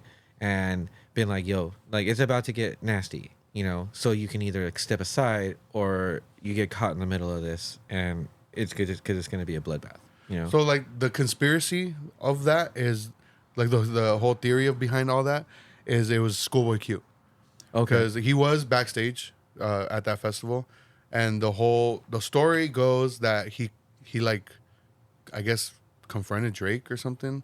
I don't know. Like, Who, Schoolboy? Yeah. Okay. I don't know the validity of that, but I doubt that's what Like happened. in his face? Yeah, like a guy in his face, and that's Oh, why shit. because Drake was there too, and they were gonna perform first person shooter, but Uh-huh. Drake ended up leaving, and they didn't do it. Oh. And that's supposedly why he left early. I don't know how true that is. It just could just be bullshit. Yeah, you know? yeah. But a lot of people are saying that it was Schoolboy that went up to Cole like backstage and told him like, hey, like you might want to stay out of this because like it's gonna get personal. Like Kendrick has some shit. Like Yeah, yeah, you don't yeah. want to be a part of it. Yeah, yeah. And- Like no, like he knows it's about to be a smear campaign. Yeah. Like you don't. That's what it was. Like if you don't want like if you don't want to get hit like in the crossfire, then Yeah. you should just back out now. Yeah. Damn. And that's supposedly why Cole like did that. I mean, if all of that were true, It was let's a say- safe move. yeah, like exactly. If like a let- bitch safe move. But I don't know, like when I first it seems like I like the nobility, like the like it's like a cool like honorable thing of like that's a vibe that I can fuck with, you Yeah. know. At the same time, but I can acknowledge that it's like, man, in the spirit of like a traditional like hip hop beef, like you either catch an L, you don't back out. That's like the that. equivalent of like hearing about a fight at school. Uh-huh. And like the both guys are like, yeah, I'm gonna fuck you up, I fuck you. And then it comes down to it, everybody's there gathered. The guy shows up, he's like, nah, never mind. Yeah. Yeah. I'm gonna want to fight you now because Yeah. you brought me here to do all this, and It's like you're gonna leave with all your teeth in your mouth, but everyone's gonna call you a chicken like the next day at school. yeah, So it's like, it was a safe move because I feel like his career didn't get tarnished because of it. Yeah. But it's like, you're gonna have that hanging over your head for like Yeah. the rest of your career. yeah. It's gonna because it's always gonna be synonymous with this beef. Yeah. So if this beef took on a life of its own and it's going to outlive this whole thing in itself, like that song, that's gonna be synonymous with it. It's all part of that story. Yeah. That's crazy, dude. I wonder how true all that is, dude. I mean, it makes sense to me. Yeah, it does make sense to me too. I can see that being like a real thing, with or without the whole like Schoolboy Q and Drake like Yeah. altercation. Like that can be. There's another theory that because Kendrick in the songs claims that like he has a mole and like OVO and like that's how he's getting all his info on Drake. I thought you were saying like a mole like under your skin. Oh And no. I was like, damn, that's fucked up. He's body shaming people. no. No. I mean, he does body shame towards Yeah. the end. Well, and this one is a little far fetched, but it just seems like like people watch too many movies type of shit. Yeah. Cole is the mole, Uh, and it was all a strategic plan between Cole and Kendrick to get Drake to initiate, because he's actually the one that initiated like with the first full diss track with push-ups. But it was like all like them to get him to do it first, because Kendrick would only go at Drake if Drake went at him first, like by name like that. So that's like another thing I was reading about. I was like, I don't know about that. Interesting. Yeah. Interesting. That sounds like silly, like the whole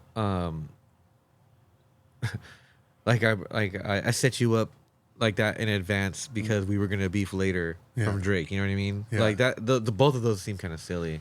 Yeah, and like Drake dropped push-ups, and I liked it. I thought it was a decent song, and he like people were like clowning Kendrick or like kind of talking shit because he wasn't responding right away. So, what were some of the key points of that particular Push-ups. push-ups? Push-ups. That's where he was like talking about how he has like a shitty record deal with Top Dog. How Top Dog takes half of his shit. That's right. And I was like, okay, like Yeah. kind of standard. Yeah, like you're only a little bit rich, homie.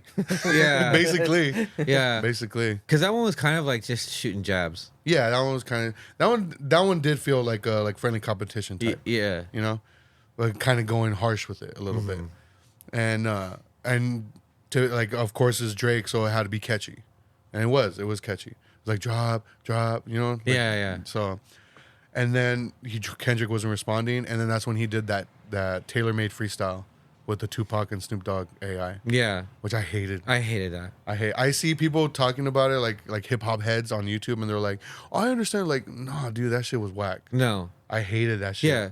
There's like nothing about that to defend. No, not at all. Yeah, like it was an abomination and it should not have existed. Yeah. Yeah. Like the thing about it that I understand is like, okay, Tupac, Snoop, Kendrick, like idols. It's funny because that came out before he did the Meet the Grams. Yeah. Okay. Yeah.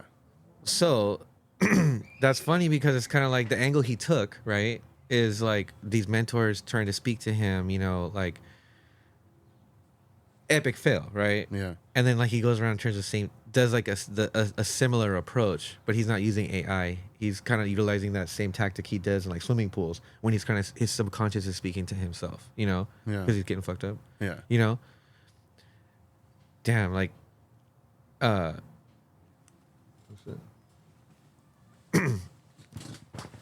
Damn, you good? yeah. No, good. I lost track of what I was. So yeah, I went on a side quest in my head. Damn. Yeah, That's my what's bad. up. That's fine. I'm gonna delete the whole episode now. No. No, so okay, so he dropped the Taylor made freestyle, garbage, and that's when Kendrick finally, I think it was like 10 days after Push Ups, he dropped Euphoria. And I don't know if you know the significance of the title, Euphoria. Yeah, because of the show. The show, because Yeah. Drake is an executive producer on the Yeah, show. yeah. And the show is about like over sexualized teenagers. Yeah. I've never seen it, but like, It's actually, I like it. I think it's a good show. yeah, I just remember hearing kind of that same gist when I was following along a little bit with Yeah. the beef. Yeah, so like, like there's a lot of things people were like dissecting the shit. Like, oh, he dropped it. Like, Drake is an executive producer. He dropped it at 8:24 in the morning. Kendrick's a huge Kobe Bryant fan. 8:24. Yeah, yeah. So there's a lot of people like were like grasping at straws, I would say. yeah, But just to find like Easter eggs, because they know how Kendrick is in his songs. He likes to do like Easter eggs. clever. Yeah, he's very clever. And like he did Euphoria, and that one I feel like was like really, really fucking good. yeah. That's when we're like, okay, this beef is getting going. Mm-hmm. And then Drake did Family Matters, Family Matters. Yeah, and I thought that one was good too. yeah. I did think that one was good. I was like, damn, this is getting. My Wild. only thing is like I don't think he should have went at everybody like that. I think he should have just focused on Kendrick because he went at ASAP, he went at Rick Ross, and there was somebody else in the song he went after. But I was like, he should have just focused on Kendrick. It almost felt like he didn't have enough to go at Kendrick. Yeah. So he was like, oh, I'm gonna go at these guys too then Yeah. because they're his boys. Damn. It's getting hit in the crossfire. Yeah. So then the response to that then was. So Family Matters drops and everybody's like hyped on it, and like people are like, oh, Kendrick's done, you know, whatever. Like it's over. Drake wins, and like the way that song ends, it feels like, oh, okay, because he says like, oh, I'm going on vacation now, like have fun, whatever. Uh-huh. Like Drake even feels like, oh, I win, you're done. Uh-huh. And I think it was like maybe 45 minutes after that song came out, that's when Meet the Grams dropped. Yeah, dude. Like that song, that's the one I showed you, like where he's like talking to his son, and then that he reveals like that Drake might have a daughter that no one Yeah. knows about, and that song is so like sinister. It is. It is. I remember like watching it in here, or the videos that have like the lyrics, Yeah, and then I was like in here like running it back, and I was like, damn, this shit is fucking like scary yeah, in a way, you know, like I felt like he really went in like in a different way, you know. I thought it was a dope response though too, like the way he kind of approached with Family Matters. yeah, Yeah, because that's when he was that's because he was speaking. So the first verse the first verse is to his son. to his son. He opens the song with saying "Dear Adonis," Yeah, Dear Adonis. which is fucking wild. Yeah. like like straight to his son. And What's crazy to think about? Is like, because one day that dude's gonna grow up. yeah, And this shit is online, yeah. and that dude's gonna hear that. Have you seen like the memes like on TikTok for this when that song dropped? Like, oh, Adonis, when Drake grounds him, he goes in. It shows like somebody slammed their door and then they play that song. They're so funny, God. dude. That's what I'm like, dude. Like, social media made this shit blow up. 100%. Like, made this shit like bigger than what it was already at big. Yeah, but, that's true. I never thought about it like that, but I think that's true. Yeah. yeah. Like, dude, people were eating this shit up. I was eating this shit up. Yeah, dude, for sure. Yeah, and then like, I think it was like a couple days after. That's when he did Not Like Us, and that was, to me, that was the nail in the coffin. Nail in the coffin. That was dude. the nail in the coffin. Yeah. Like, he made a fucking West Coast banger, a diss track. Instant classic. Yeah, Like, because like we talked a little bit about this before. Like when we think about like the great like hip hop diss tracks, right? People are always gonna say like, "Hit 'em up," and "Ether," right? yeah. Like No those are Vaseline.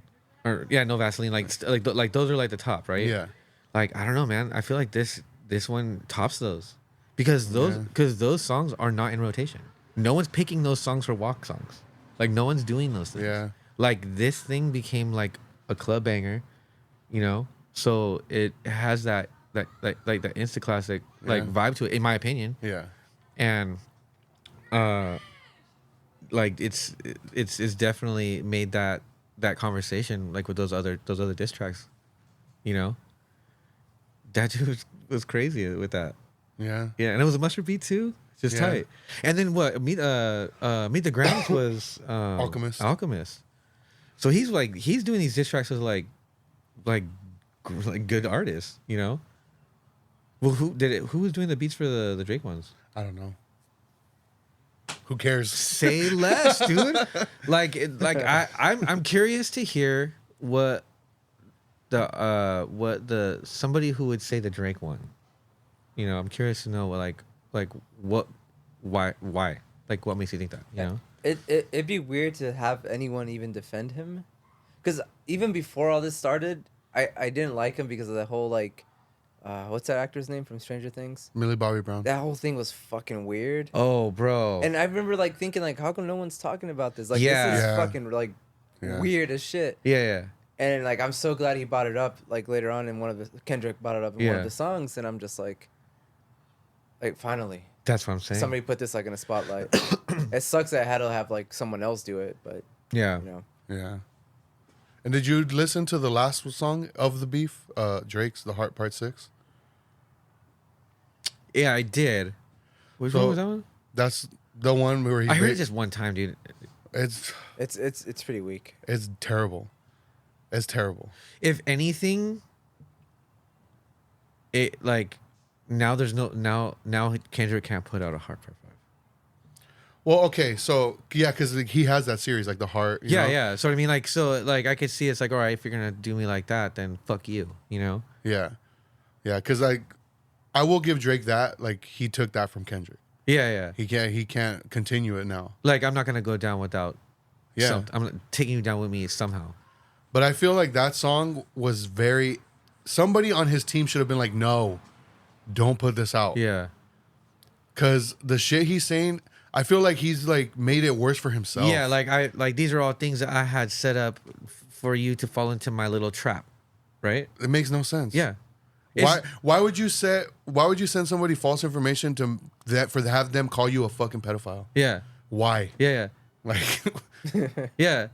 Like this is the same guy that you said before how he had set Kendrick up before, Yeah. you know, for him to diss himself like that, you know? Yeah. Like, dude, there's no way. Like that's your cop out every time. yeah. Every time? I mean, the whole daughter stuff, I honestly don't think it's true. I think it was just like whatever. Like, That doesn't matter. yeah, no, That doesn't matter, No, I know. though, yeah. It definitely doesn't matter. That I don't think is true. So like, but the whole like the pedophile shit, like, I don't know, dude. I don't know why this isn't a bigger thing. Like, Yeah. I feel like there needs to be like at least an investigation, because there's so much proof. Like, Well, I mean, And he kind of like, the whole Millie Bobby Brown thing is pretty groomy, dude. and it's Yeah. that's like I feel like to me that should be the nail in the coffin of like, okay, we got to investigate this guy because her name was never brought up. Never brought up. Kendrick, he called him a pedophile, yeah, but he never brought up any names.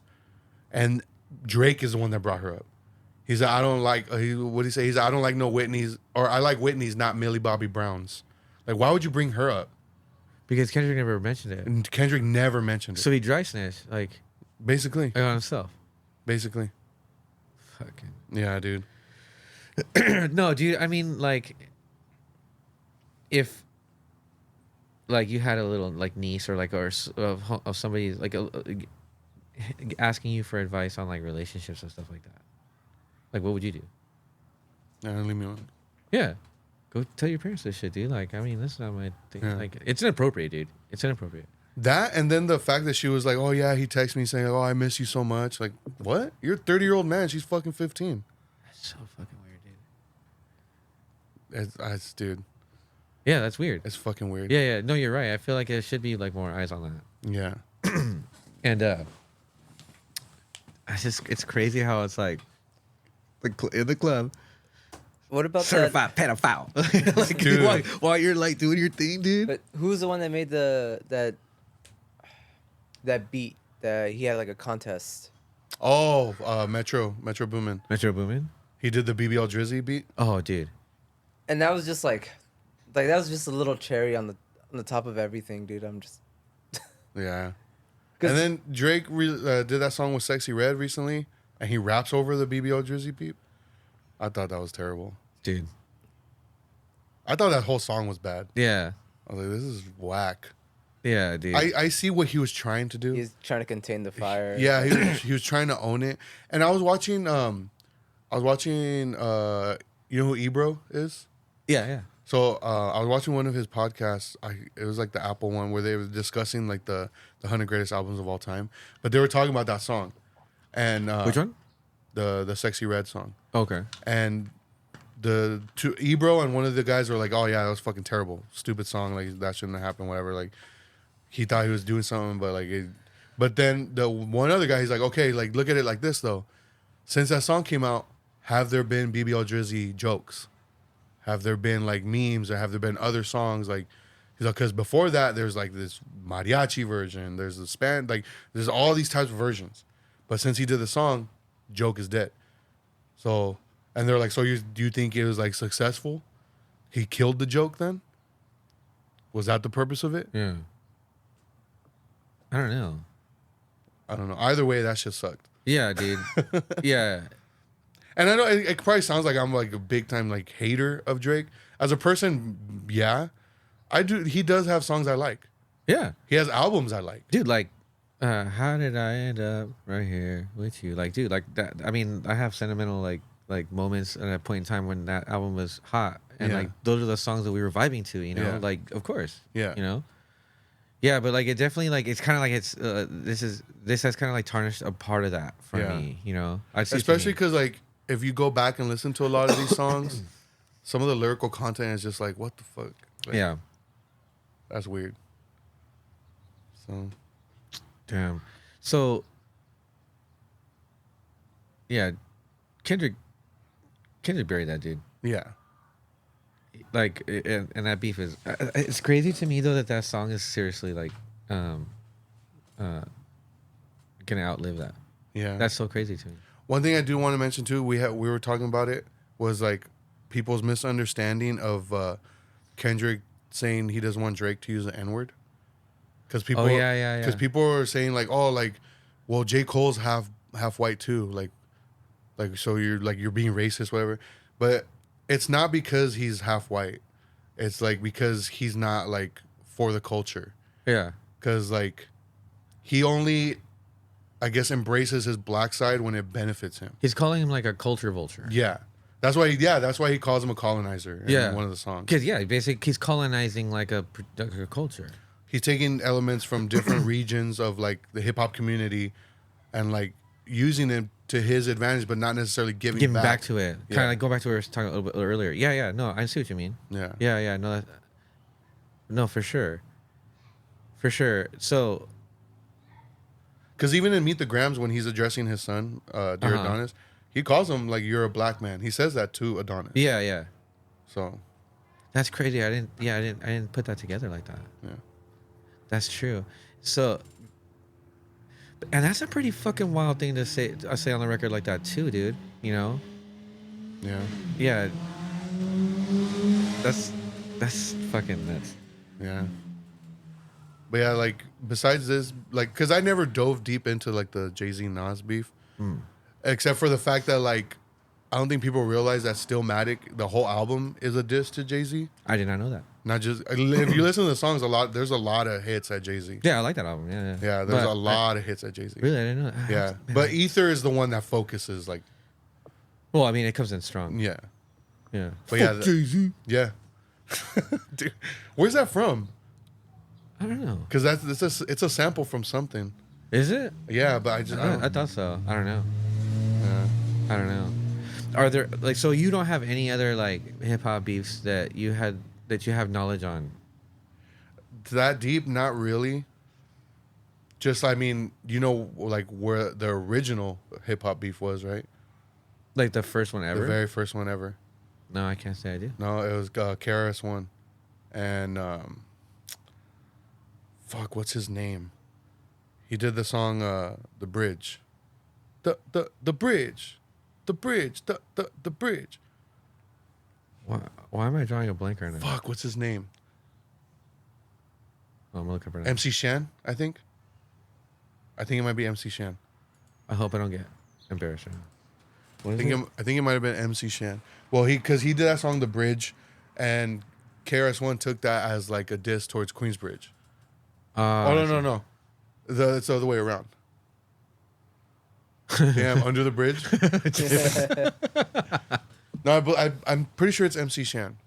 I don't think it's on streaming. No, okay. I don't think so. And KRS One was trying to make a name for himself. Yeah. So he like that's where the famous song like "The Bridge is Over," "The Bridge is Over." Oh, okay. Bye-bye. That's a diss song. That was the first beef. And then like the whole like Roxanne wars, like I don't know if you remember those, like Roxanne Shante from like MC Shan's camp, and then like a different rapper, her name was Roxanne too. They would beef it too. Oh, yeah. The real Roxanne, I think it's like Yeah. the famous diss song. Yeah. Yeah. So the KRS One, MC Shan one, that's like, and from my knowledge, is the very first hip hop beef, like Damn. on record. I didn't know that. Yeah. I didn't know that. And but like making diss tracks though is not even like a hip hop thing. No. Because there's I remember listening to a podcast episode a long time ago, dude. And it was about like diss tracks, and in it they were talking about like James Brown, Yeah. like had a series of diss tracks with another like Motown type artist, you know, and it was over like some girl, like they're like both like seeing the same girl or something like that. And then I think through that same episode, I also heard that like the song Decepticon, I think from was it La Tigre? I don't know what you're No? talking about. Oh well, that's evidently is a diss track too, and I think it's La Tigre, dude. And I never really listened to La Tigre like oh, okay. Yeah. Okay, cool. Yeah, well, that's like their main song. And from what I understand, I think that's a diss track to Fat Mike from NoFX. Oh, okay. Yeah, I remember Sergio saying that. Because remember when I was asking him? Uh-huh. Yeah, I remember him saying something like that. Yeah, okay. That's crazy. Yeah, so it's like, I didn't know that. it exists beyond like hip hop, and it didn't even start there because of like the stuff. I mean, That song is tight though. what? Decepticon. So you knew what I was talking about? Yeah. Fidel's the one that. Yeah, I'm the one that didn't know. Yeah. Yeah. Oh, Hey, because you didn't speak up when he Yeah. was asking about it. yeah. Because you kept talking. I don't want to interrupt. I'm a good homie. I'm not. Appreciate that. That song is tight. Damn. I can't believe you left me hanging when I was humming it out, dude. I didn't know what you were talking about first. I'm like, wait, okay. I was like, oh, Tigre, okay. At first, I thought you said Los Tigres. So I was thinking of Los Tigres del Norte, and I was like, they have a diss song? I know. I did only because like I'm so accustomed just because like I speak more Spanish more now, like so. Say something in Spanish. Yeah. Puto. Puto. You speak Spanish? Shit? Fuck you. You know Big about that, pan. right? How he thought I didn't know Spanish? Yeah. That's funny. Fucking I'm bitch. a good homie, dude. I wonder if there has to be like diss tracks and like corridos and Oh, stuff. 100%. There dude. has to be, yeah. I mean, I don't know that stuff very well, but I'm pretty sure I there imagine is. there is. I'm pretty sure there is. Pretty sure it's like there's a lot of that. Probably some evil shit too. There's a lot of cartel shit too. So That's true, huh? yeah. Damn. That's crazy. So, do those shootings that had take place or whatever at Drake's pad, like, is that I don't know. like I mean, that sounds like it's pretty weird timing. It is weird timing. I think his like one of his bodyguards got hit. Nothing like major, but still he got hit. I don't know. Is that the same house that had all those Yep. markers on? Oh my god. Yep. A lot of people don't know what those are either. Yeah. There's the predator like markers. indicators, Are those yeah. real? Was that like a real photo? It's photoshopped. Oh, okay. It was just a meme, I guess. Yeah. That's funny. Yeah. Jesus But Christ. that's like his actual house. Yeah. I know. That's what's fucking crazy. Oh, and it's man. the cover for like a fucking banger. Damn. Yeah. Do you have like your favorite like lines from like Kendrick, Trying to strike a chord, and it's probably A minor. Yeah. And then what's his name came back with when Drake came back with that. Dude, with that the- was so dumb. Yeah. He was like saying like B sharp and D squared. What? Like what the fuck, dude? Oh man. I heard when I That was shit like was stupid. I was like yikes. I don't know music. Like I don't know. But apparently B sharp doesn't exist. It's more of like Like a it's C more or something. like you can play an A minor, but you can't like play that like a was it B sharp, B flat? something. Like you can tune to that, you know what I mean? It's more of a like a pitch, I think, than it is like an actual like tone, So that's an epic fail on his part, dude.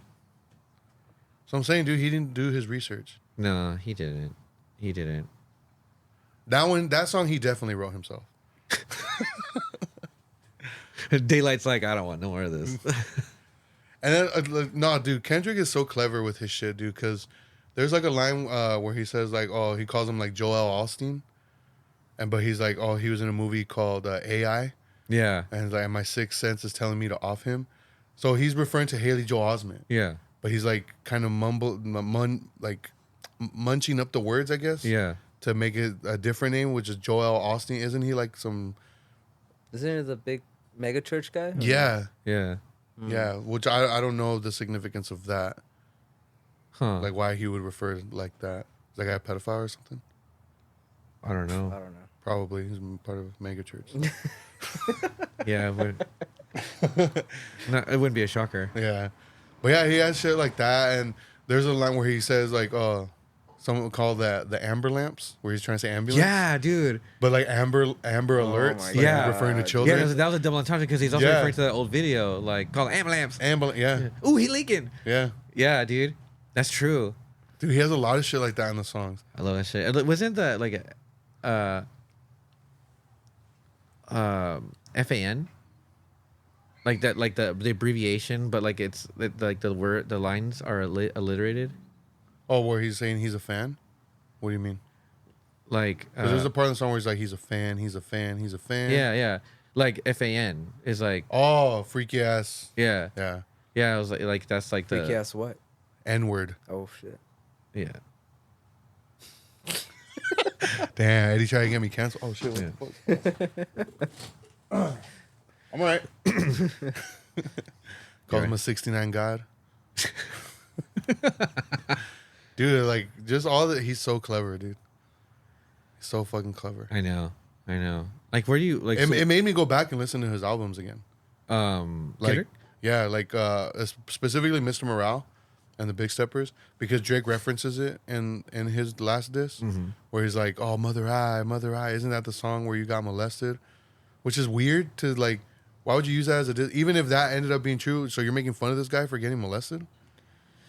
it doesn't help the case that you're a little desensitized to that. You know Yeah. what I mean? So like, Yeah. couple that with like the imagery and like being accused of being a pedophile, like But, like, even that in itself shows that he didn't even listen to the song. Yeah. Because in the song is about like his mom being a survivor of sexual abuse. Like she was assaulted when she was younger. Yeah. And so she was always very overprotective and very paranoid. And she thought that one of his cousins like assaulted him. But he had to keep denying, like, no, like that never happened. Yeah, yeah. Like, And he took it away out of context. yeah. He obviously didn't listen to it. Stupid ass motherfucker. I know, dude. I know. But yeah, dude, I was like just enthralled in this shit. Reading a bunch of shit about it and everything. Dude, it was hype, dude. Yeah. Like, That's what I'm saying. There's gonna be a document. We should make it, dude. Yeah, Betamax on it. Betamax documentary. OV Ho. Yeah. It's gonna be called. You gotta interview like Joe Budden and like Oh, Daylight. I find Joe Budden so annoying. He had a pretty cool analysis on that. He's very knowledgeable. Yeah. I respect his opinion, but his reactions to shit is like too over the top for me. Word. Because he gets so over dramatic, and I'm just like, dude, like chill. Yeah, yeah. I mean, it could be a performance. Yeah, it probably is. You know, like, because you can watch like his radio shows and stuff. Yeah. You know, so it could be that. But he had that there was like that 4-hour bit that he did, like, where. Oh, they talked about all the tracks. Yeah, yeah. I watched that. Yeah, Yeah, that was dude. one of the ones I watched. Yeah, it was a long video, and it was, but Yeah. it was because he has a cool perspective from having been in the mix, like in the industry in a way. Yeah, Yeah, I thought he had an interesting analysis of all that. yeah. So it was cool seeing like that kind of stuff too, like following Yeah. along those things, you Yeah. know. Like I never even knew who Daylight was before this, dude. Yeah. You know, or who what was it? Some of the other names that came out as like ghostwriters. I have no Was that idea. it? I have no idea. I just know like the new reference track came out for that Mob Ties song where he's dissing Kanye. Yeah, So like he didn't even write that song himself. yeah. And they did. Damn. Damn, for real? That fool's dipping, dude. Was a big dick. Like, Yeah, huge, huh? That Yeah. shit was lifted. yeah. He's like, yeah, it's 2 inches His from the ground. His insecurities were showing, dude. Shit. Was there ever any like hip hop beefs that you like paid attention to like that? Nope. Or not necessarily like that, but just any that interested you? Just the big ones, like the Nas one, but this was like the first one I ever like. Yeah. In real time. Yeah, like I've experienced in real time, and then just like you said, you broke it down for me, so it kind of got into it. I'm like, fuck. So like the MGK and Eminem never piqued your No, interest. I mean, at the like I time? said, I knew just the basics here Yeah. and there, but I think just not being into it, that kind of music, like, or their music, I guess, like, I didn't really care. But this is why I feel like this one is so different, because, like, I don't listen to them. Yeah. I don't care about their music. But even I was like, damn, Drake got cooked. Yeah. Yeah, So, like, dude. Because of the memes, because... Of how much bigger it is than just a song. It blew up into something, like I said, like, it became a trend. Yeah. And it's And like, that's like Drake's bread and butter. Like Social media? Social media, Yeah, trends, yeah. like viral Fame. shit. Yeah. Fame. Like that's all Drake shit, you know? Yeah. Like usually that helps him. Yeah. But the It's shit, gonna be synonymous with this forever now. Yeah. So like, it took on that life of its own, like we were saying. yeah, and I think that's what, like, it's just the age that we live in. Like, everything's just out in the public, and it blows up so much faster. Yeah. It just travels faster. Like so. I can't think of a bigger beef that, you know, No. other than like, you know, the Tupac and Biggie, because like, you know, there's the both of them were killed, and Yeah. like Yeah, we don't know how associated that may or may not I be. think the death is what kind of like set that in concrete. Yeah. and that's why, you know. Like having it when it to that level. Yeah. Is what cements it in like history for being like a thing. Yeah. Next to that, I can't think of anything else No. other than this. yeah. You know. I mean, if I'm something slipping my mind, then you know, like The another diss track I want to bring up before we like end it is because I always thought it was funny was when 50 Cent and Ja Rule. I don't remember the name of the song, but the verse is like, "I smell pussy. Is that you, Ja?" Oh my god, dude. he had some crazy tweets too, dude. Like, Dude. 50 Cent's hilarious. he is hilarious. That guy dude. is fucking hilarious. He is, dude. That's funny. Yeah, but like, so those are like some of the more like more recent ones. Yeah. The MGK and or no, was it Machine Gun Kelly? Yeah. Yeah, Machine Gun Kelly and Eminem. Where people are saying like, oh, Eminem made him switch genres. Yeah. That's funny. Because he hasn't released anything hip hop Yeah. since then. Yeah. It's funny though because like he recently was. I'm sorry. Recently is a bad word. Like he was because he played a punk in SOC Punk 2. Who did? Machine Gun Kelly. Really? Yeah. Oh, wow. I haven't seen that yet. Yeah. I thought like his character was pretty believable. I thought he did a good job at like that particular what they were doing. You know. Because I know he played Tommy Lee in The Dirt. Yeah. To the point where it was like I was like, dude, is that what I think it is? You know? Yeah. Dude looked pretty good in it. You know. So it's funny, like it kind of the exposure I had to that line at the same time. So it's funny that it's like, oh damn, he made a switch genres. 'Cause, like he totally did. Yeah. Went on emo, punk. Yeah. Eminem was also another one that people consider like somebody you shouldn't go at. Yeah. Only because I feel like he was, like we don't know that Kendrick can go in like that. Yeah. Like he channeled his inner like Slim Shady on that one or something. You know. Yeah. Like And he for the jugular. He has referenced Eminem as an inspiration to him. Really. Yeah. Like I remember seeing an early interview of his and he's like Pac, Snoop, and Eminem like were the names he would constantly drop. That makes sense to me. Yeah. That makes a lot of sense to me. Yeah, because he did come pretty ruthless with that shit. He did. And to me, that's Eminem right there. Yeah. It was the jugular. Yeah. All right. On that note, to end it, have you heard Eminem's newest song? I did. What'd you think of it? I think it's cool, you know, for what it is. Yeah. You know, it's the way I think about it. Like the song that's referenced, like yeah, you know what I mean. Like I like that song for what it is, but it's not a song that when I want to listen to Eminem, you know, like. That's not the song that I would choose. It would be like, what was the one like the one he did with like I think it was Dr. Dre like Which one? or the one with like what's the name of the song like so he catches his wife like cheating. Oh, Guilty Conscience? Guilty Conscience. Like see, I like that kind of stuff. That song's brutal. That's what I'm saying. Like that's the kind of shit I like from Eminem. Not so much like the FCC one, the MEB, you know what I mean? Like those are just like the dancey ones. So I have a theory. Okay. Because his whole campaign for this new album is like the death of Slim Shady, and he's like saying like, "Oh, I'm ending my career," like he's purposely trying to get canceled. So because he does say some wild shit in this new song. I have to listen to it again just to kind of like he does say some shit that was like, oh, okay, yeah, people are gonna be mad about that. Nothing where I'm just like, oh fuck, yeah, like you shouldn't have said that. Yeah, it was more along like, yeah, people, and which is rightfully so. Like there's a bunch of videos already. Like, what the fuck? Like, why is he saying this shit? Like, he's transphobic. Like, what the fuck? Yeah. And so I think this is like the soft punch or whatever. Because I think the rest of the album is going to be probably more like Marshall Mathers LP-esque. Yeah. I think this is just to ease people in. I hope so. That's what I think. I hope so. And have it be conceptual like that, you know? Yeah. I mean, it would just suck to have like mad people offended, but like that's what Okay. that's what that fool does. Yeah. You know? Yeah, that's what he opened with, you know? Yeah. Well, yeah. Have you listened to it? No. Yeah. Yeah. You want to say hi? You want to say hi? Have you listened to it? You haven't? Nah. No?